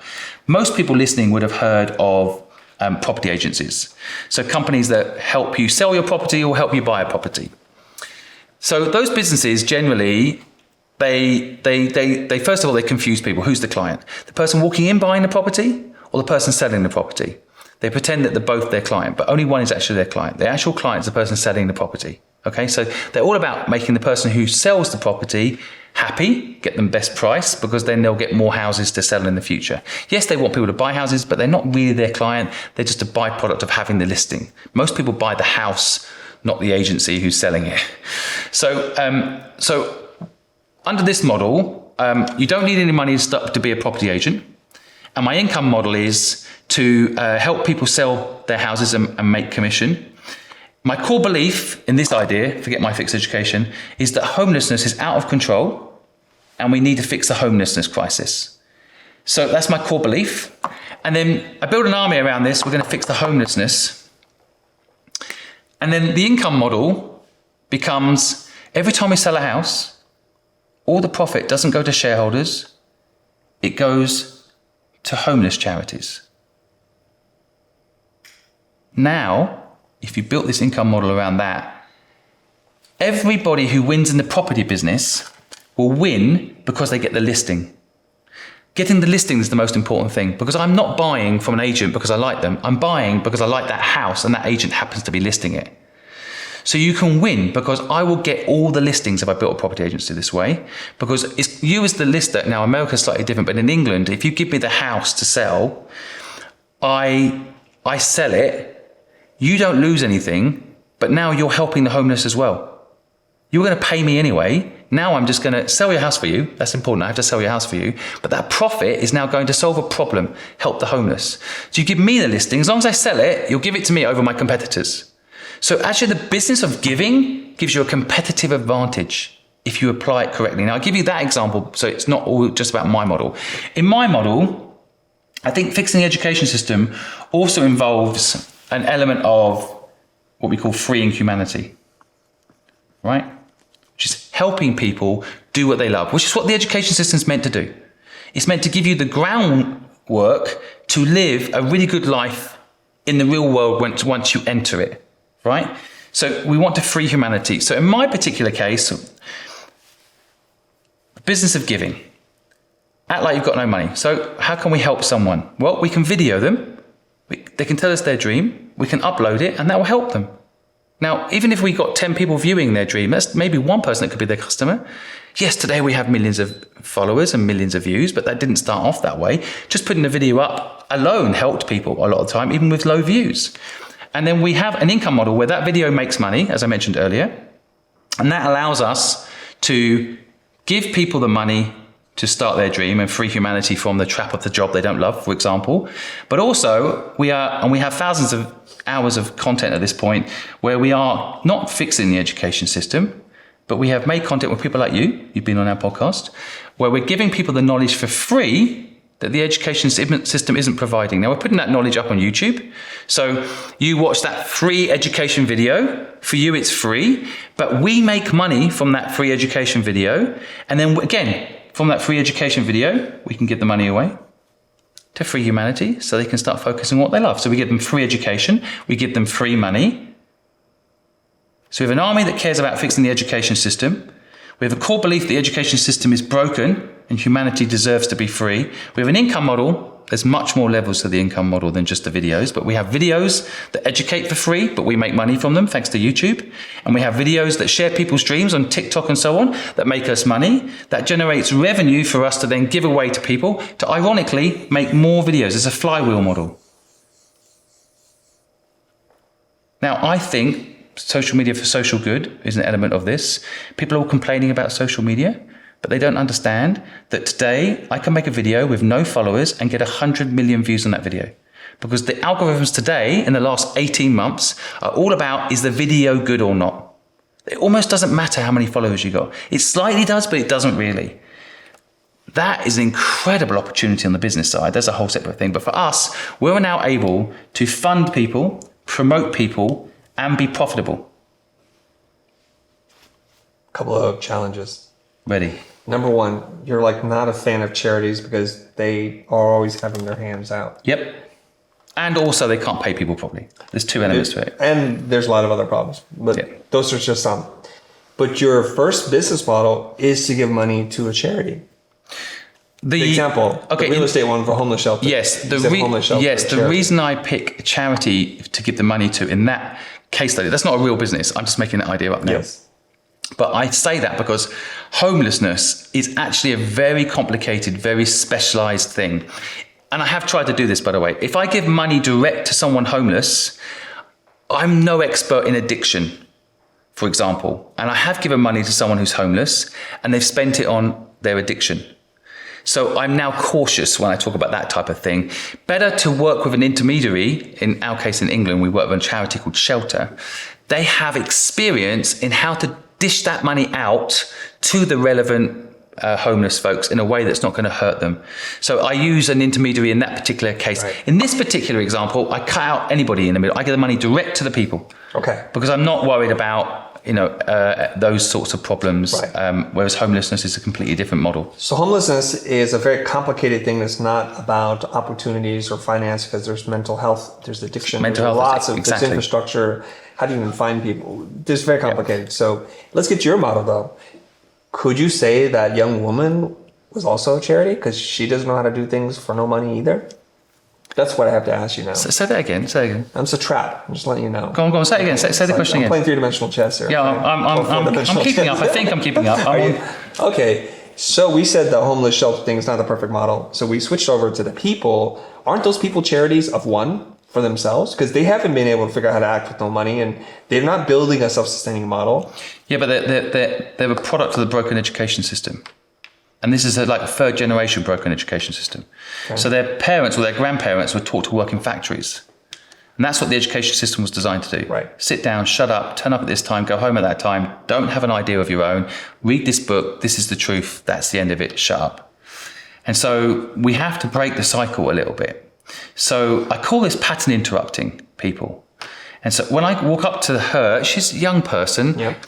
I don't think I'd describe her as a charity, but she's a product of a third generation broken system. So her parents are probably telling her, go to UCLA. And education's been this revered thing that's going to somehow guarantee you a better future. But we know that's not true. They know it's not true.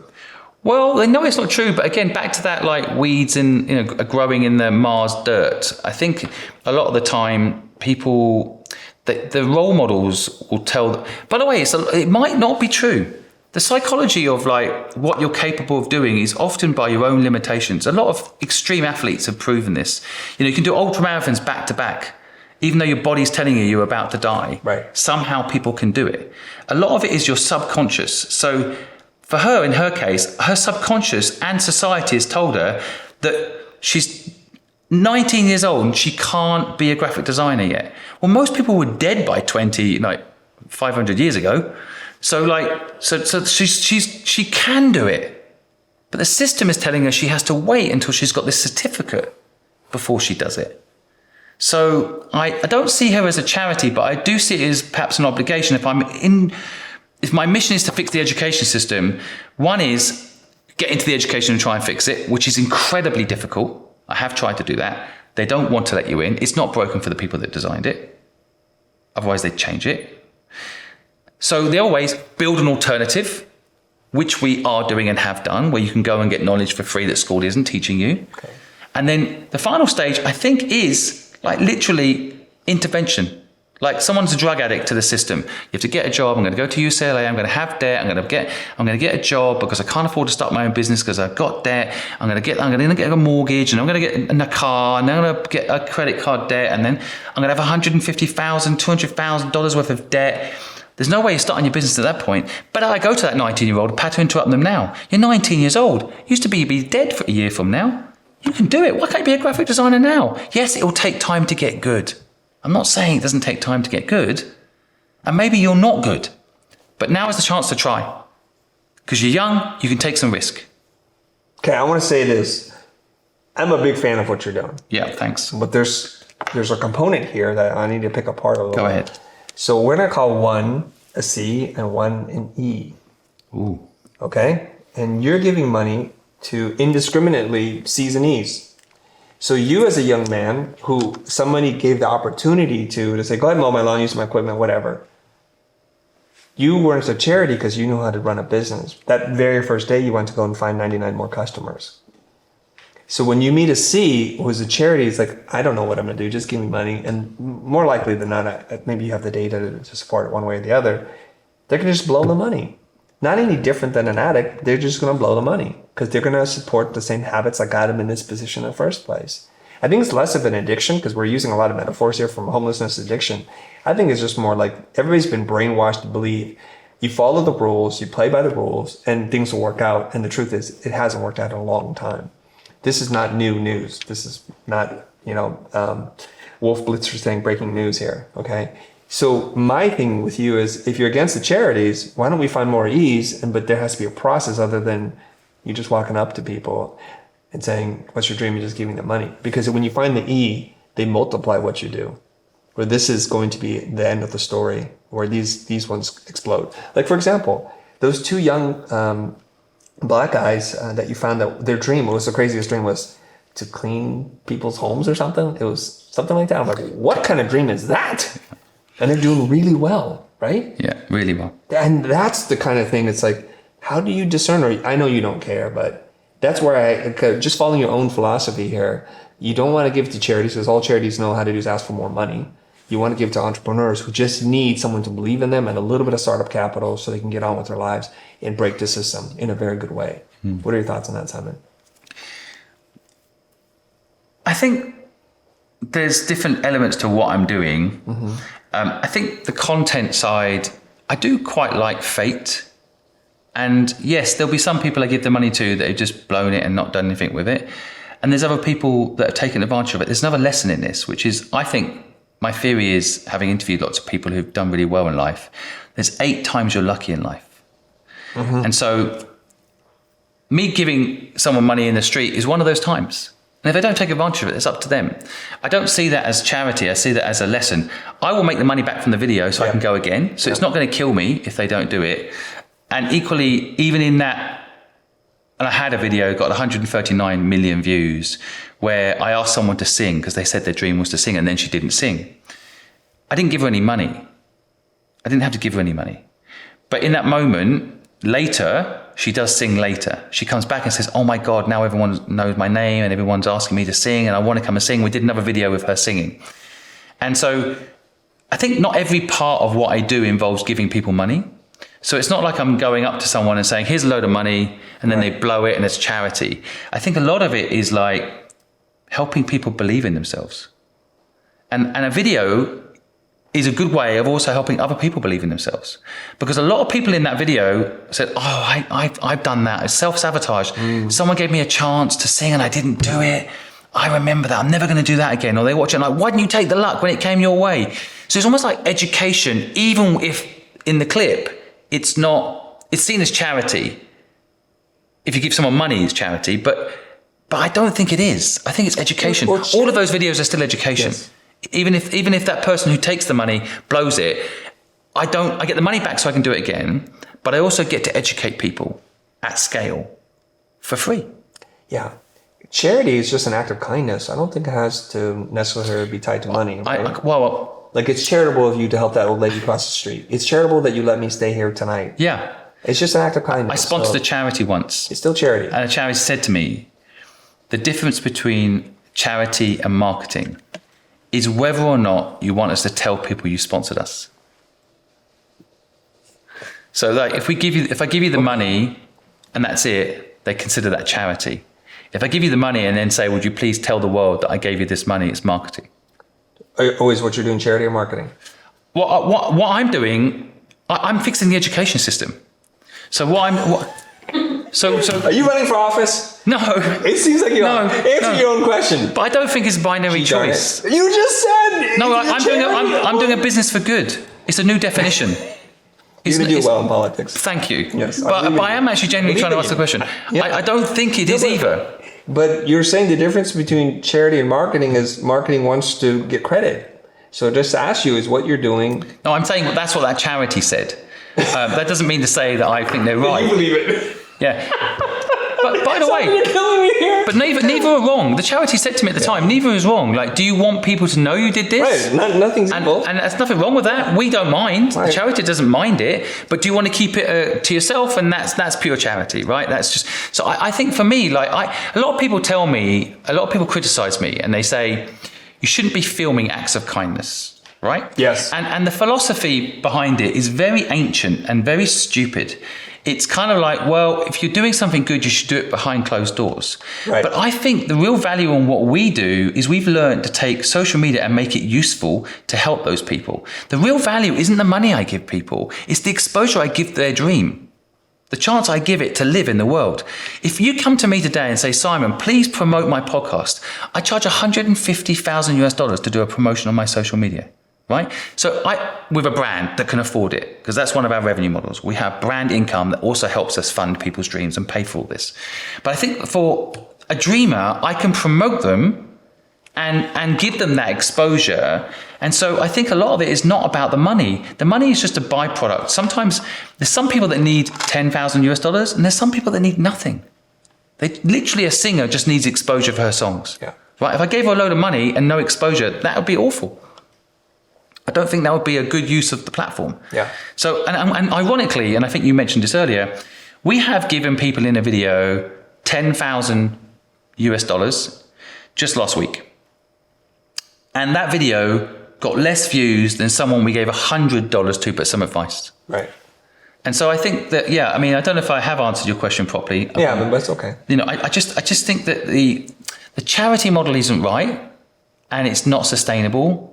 We're not going to fix the education system if we're a charity. It's a business for good. Yeah. And I think making profit, a lot of it, is healthy. Yeah. Because there's more you can do with the more profit. Your profit solves all problems. You're speaking to another capitalist here, so yeah. I got no problems with that. I'm a capitalist socialist these days because I also don't think we should make everything about money, but yeah. Yes. What I'm trying to do is to push against this because that's what's going to happen in the comments and then it'll be too late. Yeah, no, good. I like it. So what I I don't do mind. is surface this so that they can either get on one side of the fence or the other, and that's up to them. We don't really care. There's not game here. So I'm just trying to understand it. So everything you say, I'm like, what is our audience going to say? Yeah, or some random person bumping into the channel. So I want to get into the business part of this a little bit. We're going to run out of time here, but I want to get into the business part. So you said YouTube pays you money, and you said TikTok pays you money. Yep. You didn't mention Instagram. Well, Instagram They don't pay you jack. They don't pay you anything. Oh, Okay. no, there's a slight change. You have subscription now. Yeah, but it's a little bit different. People pay These are passive. I have hundreds of people paying a monthly subscription fee on Instagram. Let's get into that. Okay, so I'll write IG. Yeah. Let's just look at It's the not social big business. yet, but there's potential Right. there. What are you pulling in annually on YouTube? On AdSense? I actually don't know. We were doing $20 per 1,000 views. Last time I looked at the last video. Your CPM is 20K. It fluctuates. Roughly last year. I can pull it up. We have a whole video on all about income TikTok. breakdown. Roughly. If it's roughly 2024. Okay, I can tell you because I just looked at it. January, I can tell you our income stream. Okay. In total, we made £1.8 million. From YouTube? No, mixture of all these different. Okay, can we break it down? I'd have to go get it broken down. I didn't know you want it. I don't mind doing it. I just got to make sure I do precisely. Give me some numbers. YouTube. 43K. Okay. 43K. That's dollars? Pounds. Pounds. Okay. 43K in the last 28 days, right? Yeah. Congratulations, by the way. Yeah. And TikTok? Last 28 days? Last 28 days on TikTok is $4,897. Okay. Big difference there. Between Across those TikTok. two. Yeah. Sounds different. Oh, yeah. Okay. Yeah. And Instagram? Instagram Subscriptions? Well, we only get subscriptions, Yeah. so. Zach, fix that, please. Brand deals are all part of this, Yes. yeah, just to be clear. So we just broke down a little bit about how you're able to make money doing good in the world so that you can do more good. Would you say a good portion of that is through brand deals? Because at $150,000 a pop, that's a lot relative to this. Yeah, so 10 of those deals, that's $1.5 million. yeah, I think the revenue side is pretty interesting. You can raise this too. Yeah, okay. Well, I'll keep it there as a Okay, okay. reference. So there's kind of like steps in this process to make it financially viable. So this TikTok revenue here is the last 28 days. Doesn't actually sound right to me because I think it's one video we worked out for Emma Wills, for example. That alone was $7,000 just on that one video. Yeah, it kind of fluctuates a lot on TikTok, right? Yeah. So what we found is this might be slightly an error here in how the system calculates the money. But let's say this 43,000 in the last 28 days is actually from one video, pretty much. Stuff on the channel? It's from the channel, but it's coming from one video. One nuclear hit. Yeah, exactly. Yeah, I got you. Yeah, so that's kind of how that works. Now, we have other videos that are now feeding off the back of this other video. Yeah. So Just going to get that lift. yeah. So, and I think on TikTok, we helped someone called Emma Wills, Emma, and that video, last time I looked, that video just on TikTok made $7,000. Now we gave her $500 in the video, and then since that we've done a part 2 which we haven't put out yet. And in that video we gave her a sewing machine and some courses. So we spent another $3,000 helping her with her dream. So in that one case study, the cost to us, apart from editing, right, and all those things, which is part of our fixed cost. Yeah. The fixed cost is a different issue, right? But just fixed cost, that's really bad. I don't know what I've written there. To be honest, Simon, I can barely read anything you write, but keep going. Oh, fair enough. Yeah. I appreciate that you're trying. Cost. Fixed cost aside, in theory, we cost $3,500 to help her with a dream, and the income is $7,000. So that's the general way we look at how we build out the content. Now, not every video goes viral. Every so often we make a video that also loses money, but in the end, it seems to work out for whatever reason. Now, that is from putting the video on TikTok, putting it on YouTube Shorts, putting it on Snapchat, putting it on Instagram. Instagram in particular, the subscription revenue is now coming in, but it's really more about brand awareness of what we're doing for brand deals. Yeah. Now, brand deals is phase 1. Stage 1 is the videos themselves making money, right? Stage 2, I'm really doing this badly. I'm now getting judged by you. Normally people You want me to write it for you? Stage, okay, because you said stage and phase. And I think Stage 1 is the videos make Great, money. thank you. Yep. AdSense passive. Exactly. Yeah. Stage 2, Perfect. brand deals. Right. And right now, brands really are supporting us. Yeah. And we have about 12 brand deals, right?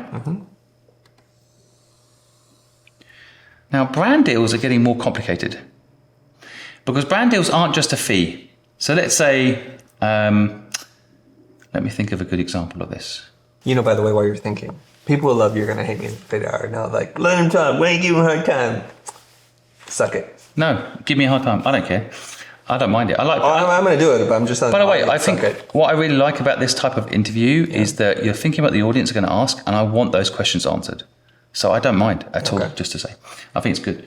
I'm trying to think of a brand deal. Adobe, did we actually get a sign-up bonus for each one side? I can't remember. Oh, like affiliate? You get a... Exactly. Okay, let's just take Adobe. Yeah. Right, so Adobe will sponsor us a flat fee. Yep. Let's say 150K, right, to do a series of videos. Huh? And then And then you we sign have up an for affiliate. Cloud, We have an affiliate. So, it's very common. It's not, no. Oh, fuck, I can't spell affiliate. Yeah. You guys know what I mean. We'll just do AF, affiliate deals. So every time someone signs up, we get a percentage. Right. And again, people don't mind signing up and supporting us because we're using that money to fund people's dreams and build infrastructure to help people for free and pay people well to business help model people. you outlined before. So this is actually quite scalable income. Yep. It can be it's not easy to get affiliate income. And I never actually recommend people just go with affiliate income only because it's a bit baseless in the fixed cost you can have to run a platform, blah, blah, blah. But, this can be powerful. Now, stage 3 in our kind of income model is our own products. Right, so we have Help Bank, which based on last money in, a few people invested in that business with me, and that business is now worth $50 million US. It's a year and a half old. So stage 3 of this is our own products. We're now launching our own coffee brand. I won't plug it on your podcast, but we are. You can say it's it. called Dream Brew, Yeah. and we are launching our own clothing line, which is called Purposeful Clothing. And Dream Brew is like BREW. It's not like the South African brew. Exactly. And we are now, in talks about doing, we are doing our own TV shows and partnering on that as well, not just creating it ourselves. So we have all these things in the pipeline which allow us to sell our clothing, and the profit from that clothing does exactly the same as the videos do. And so when building a business, I could have skipped this stage. I've got enough money, I could have skipped this stage and dealt with no brands, right? A lot of people don't like dealing with brands and it can be a pain. I could have skipped this. Alex Hormozy said to me he's grateful he doesn't have to deal with brands, right? The reason first of all, I like it, and it's an important part of what we're doing, is because Adobe can help people start businesses. If they give this product to someone for a month, they can do a lot of their creations and get their business going. So I want them to offer my community it free for a month, and then you pay for it every month after that. Right? I want these services such as banking. Everybody needs a bank account, whether we like it or not. You need a bank account, so I have a bank partner. Everybody needs software often to start their business. I like working with these partners. These brand deals are brand deals not just because they generate us revenue to help fund people's dreams, but also because these products can help people who are starting businesses. So we only work with people who are actually products that help people with their businesses. I'm not working with a cleaning company that cleans sinks. Unless you want to sponsor us, let me know. But the point I'm making is like... Point I'm making is I need an affiliate commission off that deal. Yeah, okay, well, sure, link down below. But yeah, so there are further stages depending on how things go, and things like blockchain, there's some opportunities there. Yeah. But right now, these are the stages of the business. We start off by making content that makes money. It's a bit erratic because some months it's a lot of money and other months it's not so much. Yeah. And then stage 2, we have brand deals, which are a lot easier when you've got a big following, but you can get them when you've got a small following. You can. People have to believe, but you can. Brands will support you if they see some merit in what you're doing. A lot of the brands supported us. My first sponsor was GoDaddy when I think I was about 15,000 followers. Now I'm 15 million. But GoDaddy supported me when I had a small amount of followers because they believed in what we were trying to do. You're saying GoDaddy was your sugar daddy back then? Yeah, sugar daddy, GoDaddy. But now they're not my sponsor at all, so you got too old, GoDaddy. And then stage 3 is our own products. I left home. I found a new love, and I don't You have banked a new deal. Is what No, I'm still talking to GoDaddy. We keep dating, but anyway. But just I think that's the business model. We now rolling out our own products, and then we promote them, we sell them, the community buy them to support us. That money goes back into helping people and funding dreams. So. Okay, if we were to take these things away, is your fixed cost, given the passive income, enough to keep this dream going? The short answer is yes. What? But we keep adding team members and growing the business. Yeah. If I cut the team down and got rid of half these guys here... but you love all of them except for one. Yeah, except for one, really poor Arthur. Yeah. But if right now, I could run this with the income from the videos, with a team of 3, making the videos, recording the videos, editing the videos, putting the videos up, and we'd be able to fund people's dreams, Mr. Beast model. We are doing that now. That's working. We're able to fund people's dreams with the video revenue. It's a little bit erratic. Like some months we have more coming in and some months we have less. Right. So that's always like, if I had no money, that cash flow would be slightly scary. But but generally, we can. Okay. Taken 5 years to get to that point though. Right. Is there a person in this room who knows your numbers? No. They know the numbers. They've got all access to all the business backend numbers, like what your overhead and expenses are, because it's just rent the house, having the crew here, 6 people traveling with you. Yeah, this costs $50,000 to bring everybody here. Okay, let's do that then. Can we erase some of this? Oh, I know. This is quite interesting. Go on. Yeah, go on. Yeah. I think I know where you're going, but okay. So it costs $50,000 to come, my whole crew to come to LA. For how long? Oh, what am I doing there? You're using up a lot of space. It's almost like you no room to challenge you. Okay, it's like we can get rid of stage 1. It's like this is all the real estate I've been given, guys. If you want to challenge me, I didn't want to erase the whole thing. I didn't know you were going to challenge me, but I like it. I like this. The maths, it's got to add up. I like this. Remember, 50K come to LA. My team of 10. I've got a team of 29, by the way, but 10 of them have come here. So, what's the question? Okay, let's just get the team here. For how long? 2 weeks? How long? 2 weeks. 2 weeks. Is this just the flight? What is this 50K? Flight, accommodation, food. Okay. 10 people. Okay. In a villa. So there's 10 people here for 2 weeks. Yeah. So what does it cost you to run the media part of this monthly? The cost to run the media. Overhead, insurance, all that kind of stuff. I feel like I need my accountant here to give That's this. why I asked you if there's somebody here knew what they're talking about. So, well, now, just to be clear, we have different businesses, right? I don't know if I'm going to make this too complicated for you, but I could probably do it by business. I know the numbers, but I don't know it. Yeah, it's such a patronizing way. I'm the guy who understands your business here. Yeah, Keep going. No, I'm not sure. Do you know what I thought you were going to ask? Head here, no, I thought you were going to ask. Yes, sir. How do we justify spending $50,000? No, I would never ask that. That's a good question. If you were good at podcasts, you would ask it. All right. But I'm not. That's the problem. You're not. People want to know how they can go on a $50,000 holiday and justify it. You know why I don't want to ask that question? Why? Small-minded question. Small-minded question. Because it doesn't matter how much you spend. It matters how much money you make or take. Yes and no. You can, if you bring in $5 million, 50K is like a dumb small amount. Yeah, I mean, we make a calculated guess that it's the charity people who don't understand the 50K, but I'm a business guy. Yeah, but remember, I also came here to be on a TV show, so part of that as well. Like that's a new income stream coming, right? Oh, you have to justify it. No, I was beginning to explain how we do justify But you were it. Because by the way, I didn't even ask the question, but go ahead. But remember, I said earlier, I don't want to be a hypocrite. I said you got to act like you got no money. So people listening to that, well, how can they afford to spend $50,000 going on a trip, right? But we can literally break down. Well, Simon, how can you justify spending 50K? No, I've helped you be a good podcaster. I'm not actually going to answer the question.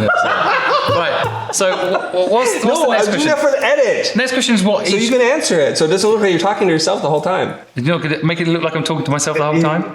No, he won't. Don't worry. He doesn't edit it. Want to win a holiday to LA? Let me know in the comments. No, okay, but you're asking... I was asking you, how can you justify spending 50K? No, that's not what you're asking. You're asking how much each of the businesses cost and how much we make. No, I'm not asking that question either. I'm asking you, what do you spend a month to have a media team so I could look at if you could do this against passive income? Okay. I'm trying to help all those entrepreneurs who are like, this is never going to work. That's what they're thinking. This will never work. I've got $100 million that's going to burn a hole right through my account. I'm trying to get there. Then there's a better way to explain it. Okay, please. I think. Okay. Does he always do this? Do what? Go around in circles? Yeah. Am I going around in circles? You don't worry that much? No. Thanks, Callum. Thanks. You creative folks will stick together, don't you? Yeah. We see each other. Yeah, you do. I do. I can tell. You know when they say we feel seen? I know. Yeah, without words. Yeah. Hey, brother. So listen.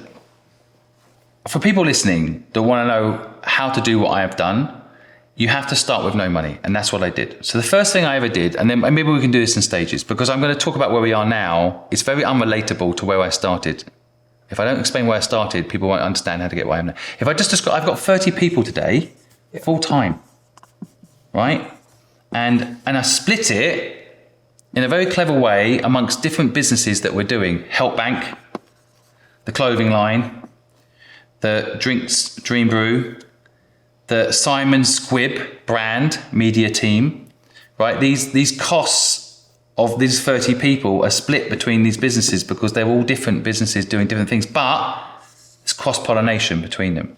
So the Simon Squibb media business will, of course, also promote the Help Bank platform that helps people. Simon Squibb media business will also promote the Dream Brew products and the clothing line. Right? Eventually, all of these products will stand on their own with their own marketing teams and put money into the middle to help people with their dreams, right? But what I'm getting to is, I think you have to go back to the very beginning, okay? And I had a lot of money in the bank account.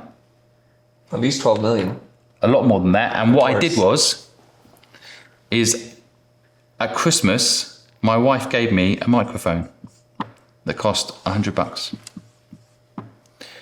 And she said, you clearly want to do something. Why don't you just start off by... That's kind of a cheap Christmas gift for a guy. Totally. But, what are you talking about? But like always, yes, it's the thought that counts. But it was the right thing to give you. It was the right thing to give me. And what she gave me on top of the $100, Mike, was... why don't you just start interviewing people that have knowledge and share it with people? That's what I did. Yep. My first 3 podcasts are the worst pieces of shit you've ever seen. They're so bad. But I had a cheap mic and I learned how to edit a podcast and realized I couldn't do that. I hired just someone. Just one mic though, right? One mic in the middle. One crappy mic with a little switch on it that's supposed to help the like audio going by. None of this beautiful material we have around us now that no one can actually see. But one mic. And I actually did 100 podcasts. And they were called the Good Luck Club podcasts. They're still up to date. You can go listen to them. Good Luck Club? Good Luck Club podcasts. Oh. And during that process, I realized that I started getting brands inquiring, I would like to sponsor your podcast. I could see how it was to make money. And then I thought, I can't do it like this. I've got to get a proper editor in. You were editing it yourself? I was doing a little bit of Fiverr, a little bit of myself. I had someone helping me a little bit here and there, but it really I wasn't spending money on it. It felt like it was just a little bit here and there to figure out how it worked. Right. And then I brought in a proper editor and put them on payroll, and I brought in a PA to help me organize the guests. Now, at this point, this is a money-losing proposition, isn't it? Money-losing proposition, but not a huge amount. Not a huge amount, because to upload a podcast costs nothing. Right. The microphone there, $100. It's nothing. So my fixed cost each month is actually next to nothing. The hardest bit was me learning to be a good podcast host. I can teach you everything I know in a different day. But I did the reps on the work, right? The interviewing people bit.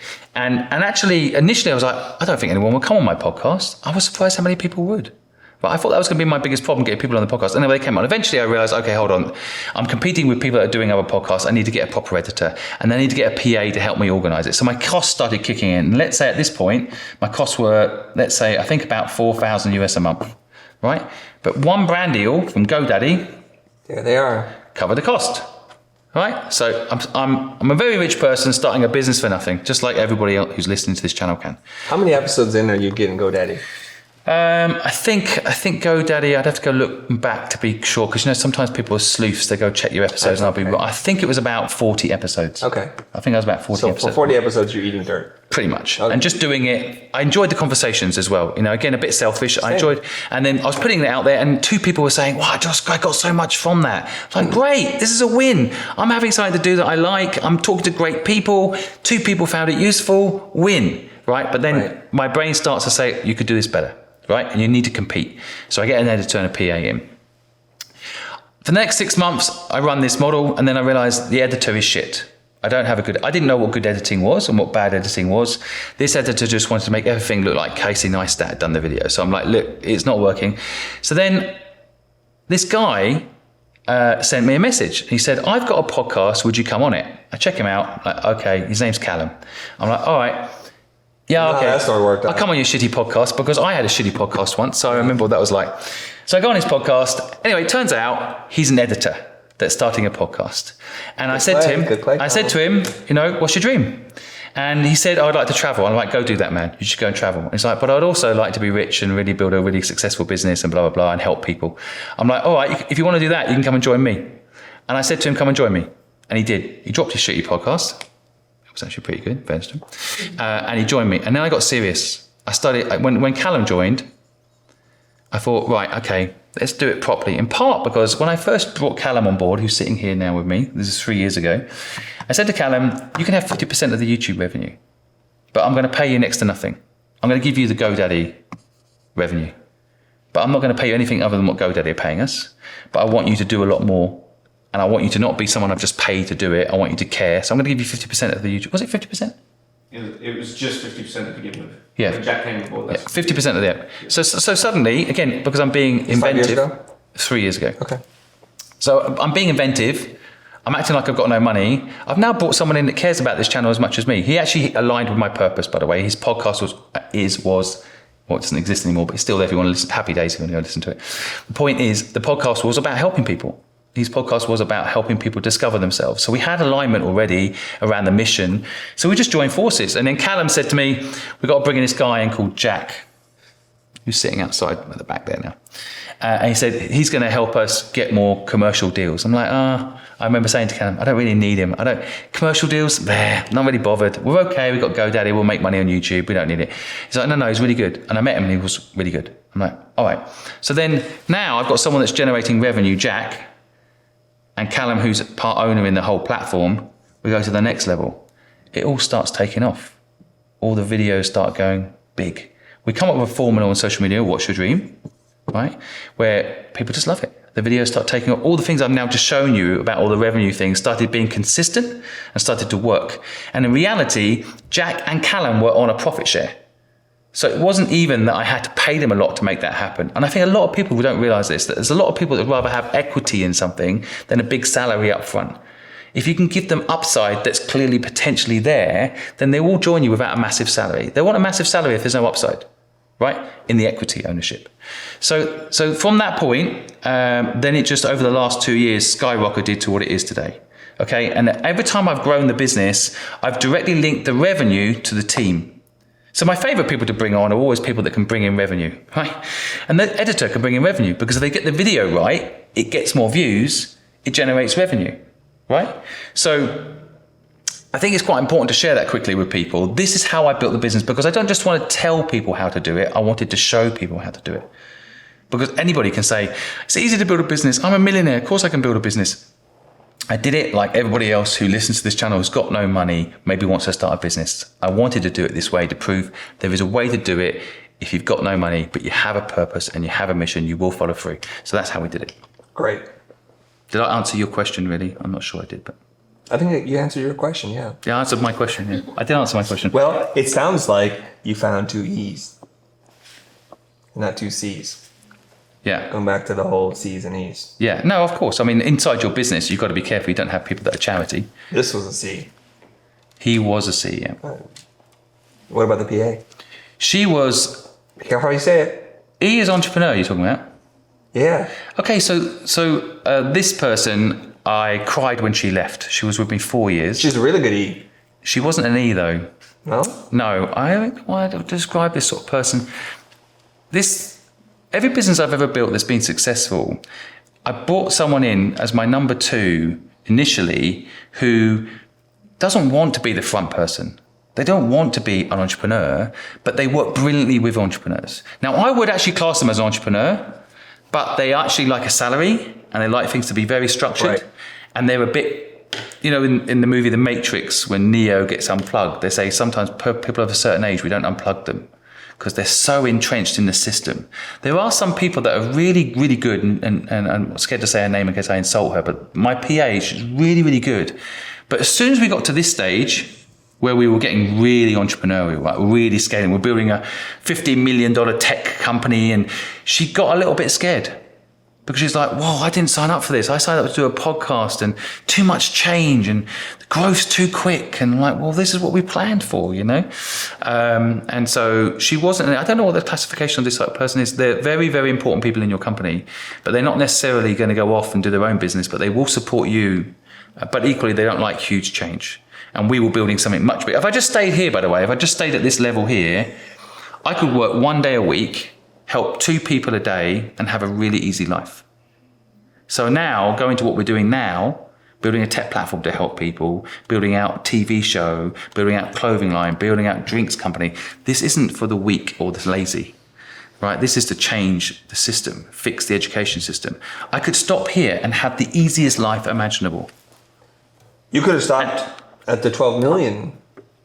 I could have stopped there. That's true. It has an easy life. But we didn't have to get into this mess. You could draw and paint all day long if that's what you wanted and have a pool in the back. But I think the purpose of life is life with purpose. I wouldn't want to do it. I wouldn't want to not do it. I think if I had the capability to fix the world, I should. And I kind of think that's why I admire someone like Elon. I know he's not liked at the moment, but like I kind of admire people that could sit back but don't. We need people like that in the world. Otherwise, we're just going to live with broken things. Yeah. There are days though when I think I should just take it easy, but. Here's what I'd love to do, because I think when you have a relationship, a marriage that is aligned with what you want to do, so that you have the capacity and the support and a shared vision, you can do lots of things. But that's another 4-hour episode. And that's true. So let's do this. And here's a quick call to action. If you're watching this on YouTube or listening to this on a podcast, find me somewhere and make a comment. Say, Chris, please make that episode. And reference that we want to hear what the home life is, the work-life integration, how you raise your child, and how you're able to travel the world together, because you do some pretty wild, crazy things. And I want to say this, as a fan of yours, as a person who's gotten to see behind the curtain, so to speak, seeing this team, this is a dream for me. Currently, full disclosure, my wife and I, we do not share this dream, so it creates a lot of friction for us, because she's like, enough. We're supposed to be winding into our chill life, and you're winding up into the crazy, frantic life. And she just looks at my calendar and gets stressed out just by looking at the calendar. I'm like, imagine living it. You just look at it and that's too much for you, right? Yeah. So I'd love to talk to you about that, to unpack some of those things. But I want to just say this. I think you have a brilliant business model where you can do a lot of good in the world, put some money in your pocket, and to support and lift up the dreams of the people in this room, the people who see the content, and the people that are secondary and tertiary ripple effects from those people who've changed their lives. So the way I'd like to bookend this episode is to say this. When your mom kicked you out of home at 15, not anybody would choose that option, but you had said it's probably the best thing that's ever happened to me, because you basically were free of all attachment. And I think the second point of clarity in your life is when you're bought out by PwC and you have that same kind of, I got nothing, no one expects nothing, I can do anything, so what is it that I want to be? Who do I want to become? And I think the 1 Billion Follower Summit chose exactly the right person. Thank you for saying that organization, the people. So I know you're not getting tired of this, but you are loved and people do love you. Thanks. And it's great that you do this, and I just want to see you keep doing it. Thank you. Thanks, Simon. Appreciate you, Scott. And thanks for dealing with my unprofessionalism and my talking lack about? of how to ask some questions during a podcast. You're awesome. I really appreciate it. Also, I haven't given away the $1 million yet, so I'm working on that. Oh, talk to me. But that we can do that in the next episode. People want to hear about that as well. Next episode. Okay, here's what we're going to do. Can I have your book? $20, it's yours. Here's what we're going to do. My guest has been Simon Squibb. I don't think he even introduced himself, but he's got a book. It's called What's Your Dream? It encapsulates this big idea that he's got. And it's already sold 120,000 copies. There's got to be something in this book that is worth it. And we both believe in this, that knowledge is power. Knowledge is power. A lot of knowledge out there. Simon, I'm sure you get asked this all the time, but what is your dream? My dream is for people to realize how amazing they are, that anything is possible, and to perhaps not listen to the doom and gloom view of the world and see just how amazing it is, how amazing that brain of yours is, and ultimately to probably fix the education system would be ideal, but I've got a feeling it's going to have to be offer an alternative to it and give people a chance to have more choices in life than just get into debt, live a basic life. They can live the life they want to live, live the dream. That would be my dream, that people can live their dream. And you can obviously see the reason why I'm so connected to Simon and what he's trying to do is because those of you that are fans of the channel know that our mission is to teach 1 billion people how to make a living doing what they love. And we believe that there must be a better alternative to the system that exists today. Yeah. We're both building it, so we have shared dreams, I believe. And just merge. Should we just merge then? Yeah, but... You want to launch a clothing line with me? Is it? Maybe. Actually, you'd be pretty good at that. Maybe. To be fair. Yes. Now, you answered the question the wrong way. You're supposed to say, my dream is to give you all this money so you can buy a building to help you. Oh, yeah. My dream is to give you all the money so that you can buy a building. I'm very anti-property. Create a learning space. I know, you told me. But not for what you're trying to do. That's different. You're trying to have a building for a purpose. I hate people doing property just to make money. No. Bullshit business. That's not a good business for now anyways. Well, for a lot of people, it ridiculous. still is the business. The kids think it's a good business. You know, everyone kids wants to think own a it- house yeah. and rent it out, and that's what they think is a Yeah. business. But that's bullshit. It's Right. not real business. A script is one line, one sentence. I knew you could I ask me feel to sorry for write the it. editor on this. Okay. Okay. Yeah. No, that's too commercial. People won't watch it. Okay. I'm Simon Squibb, and you're listening to The Future. That was perfect. Done. Now go listen to The Future. Because you are the future.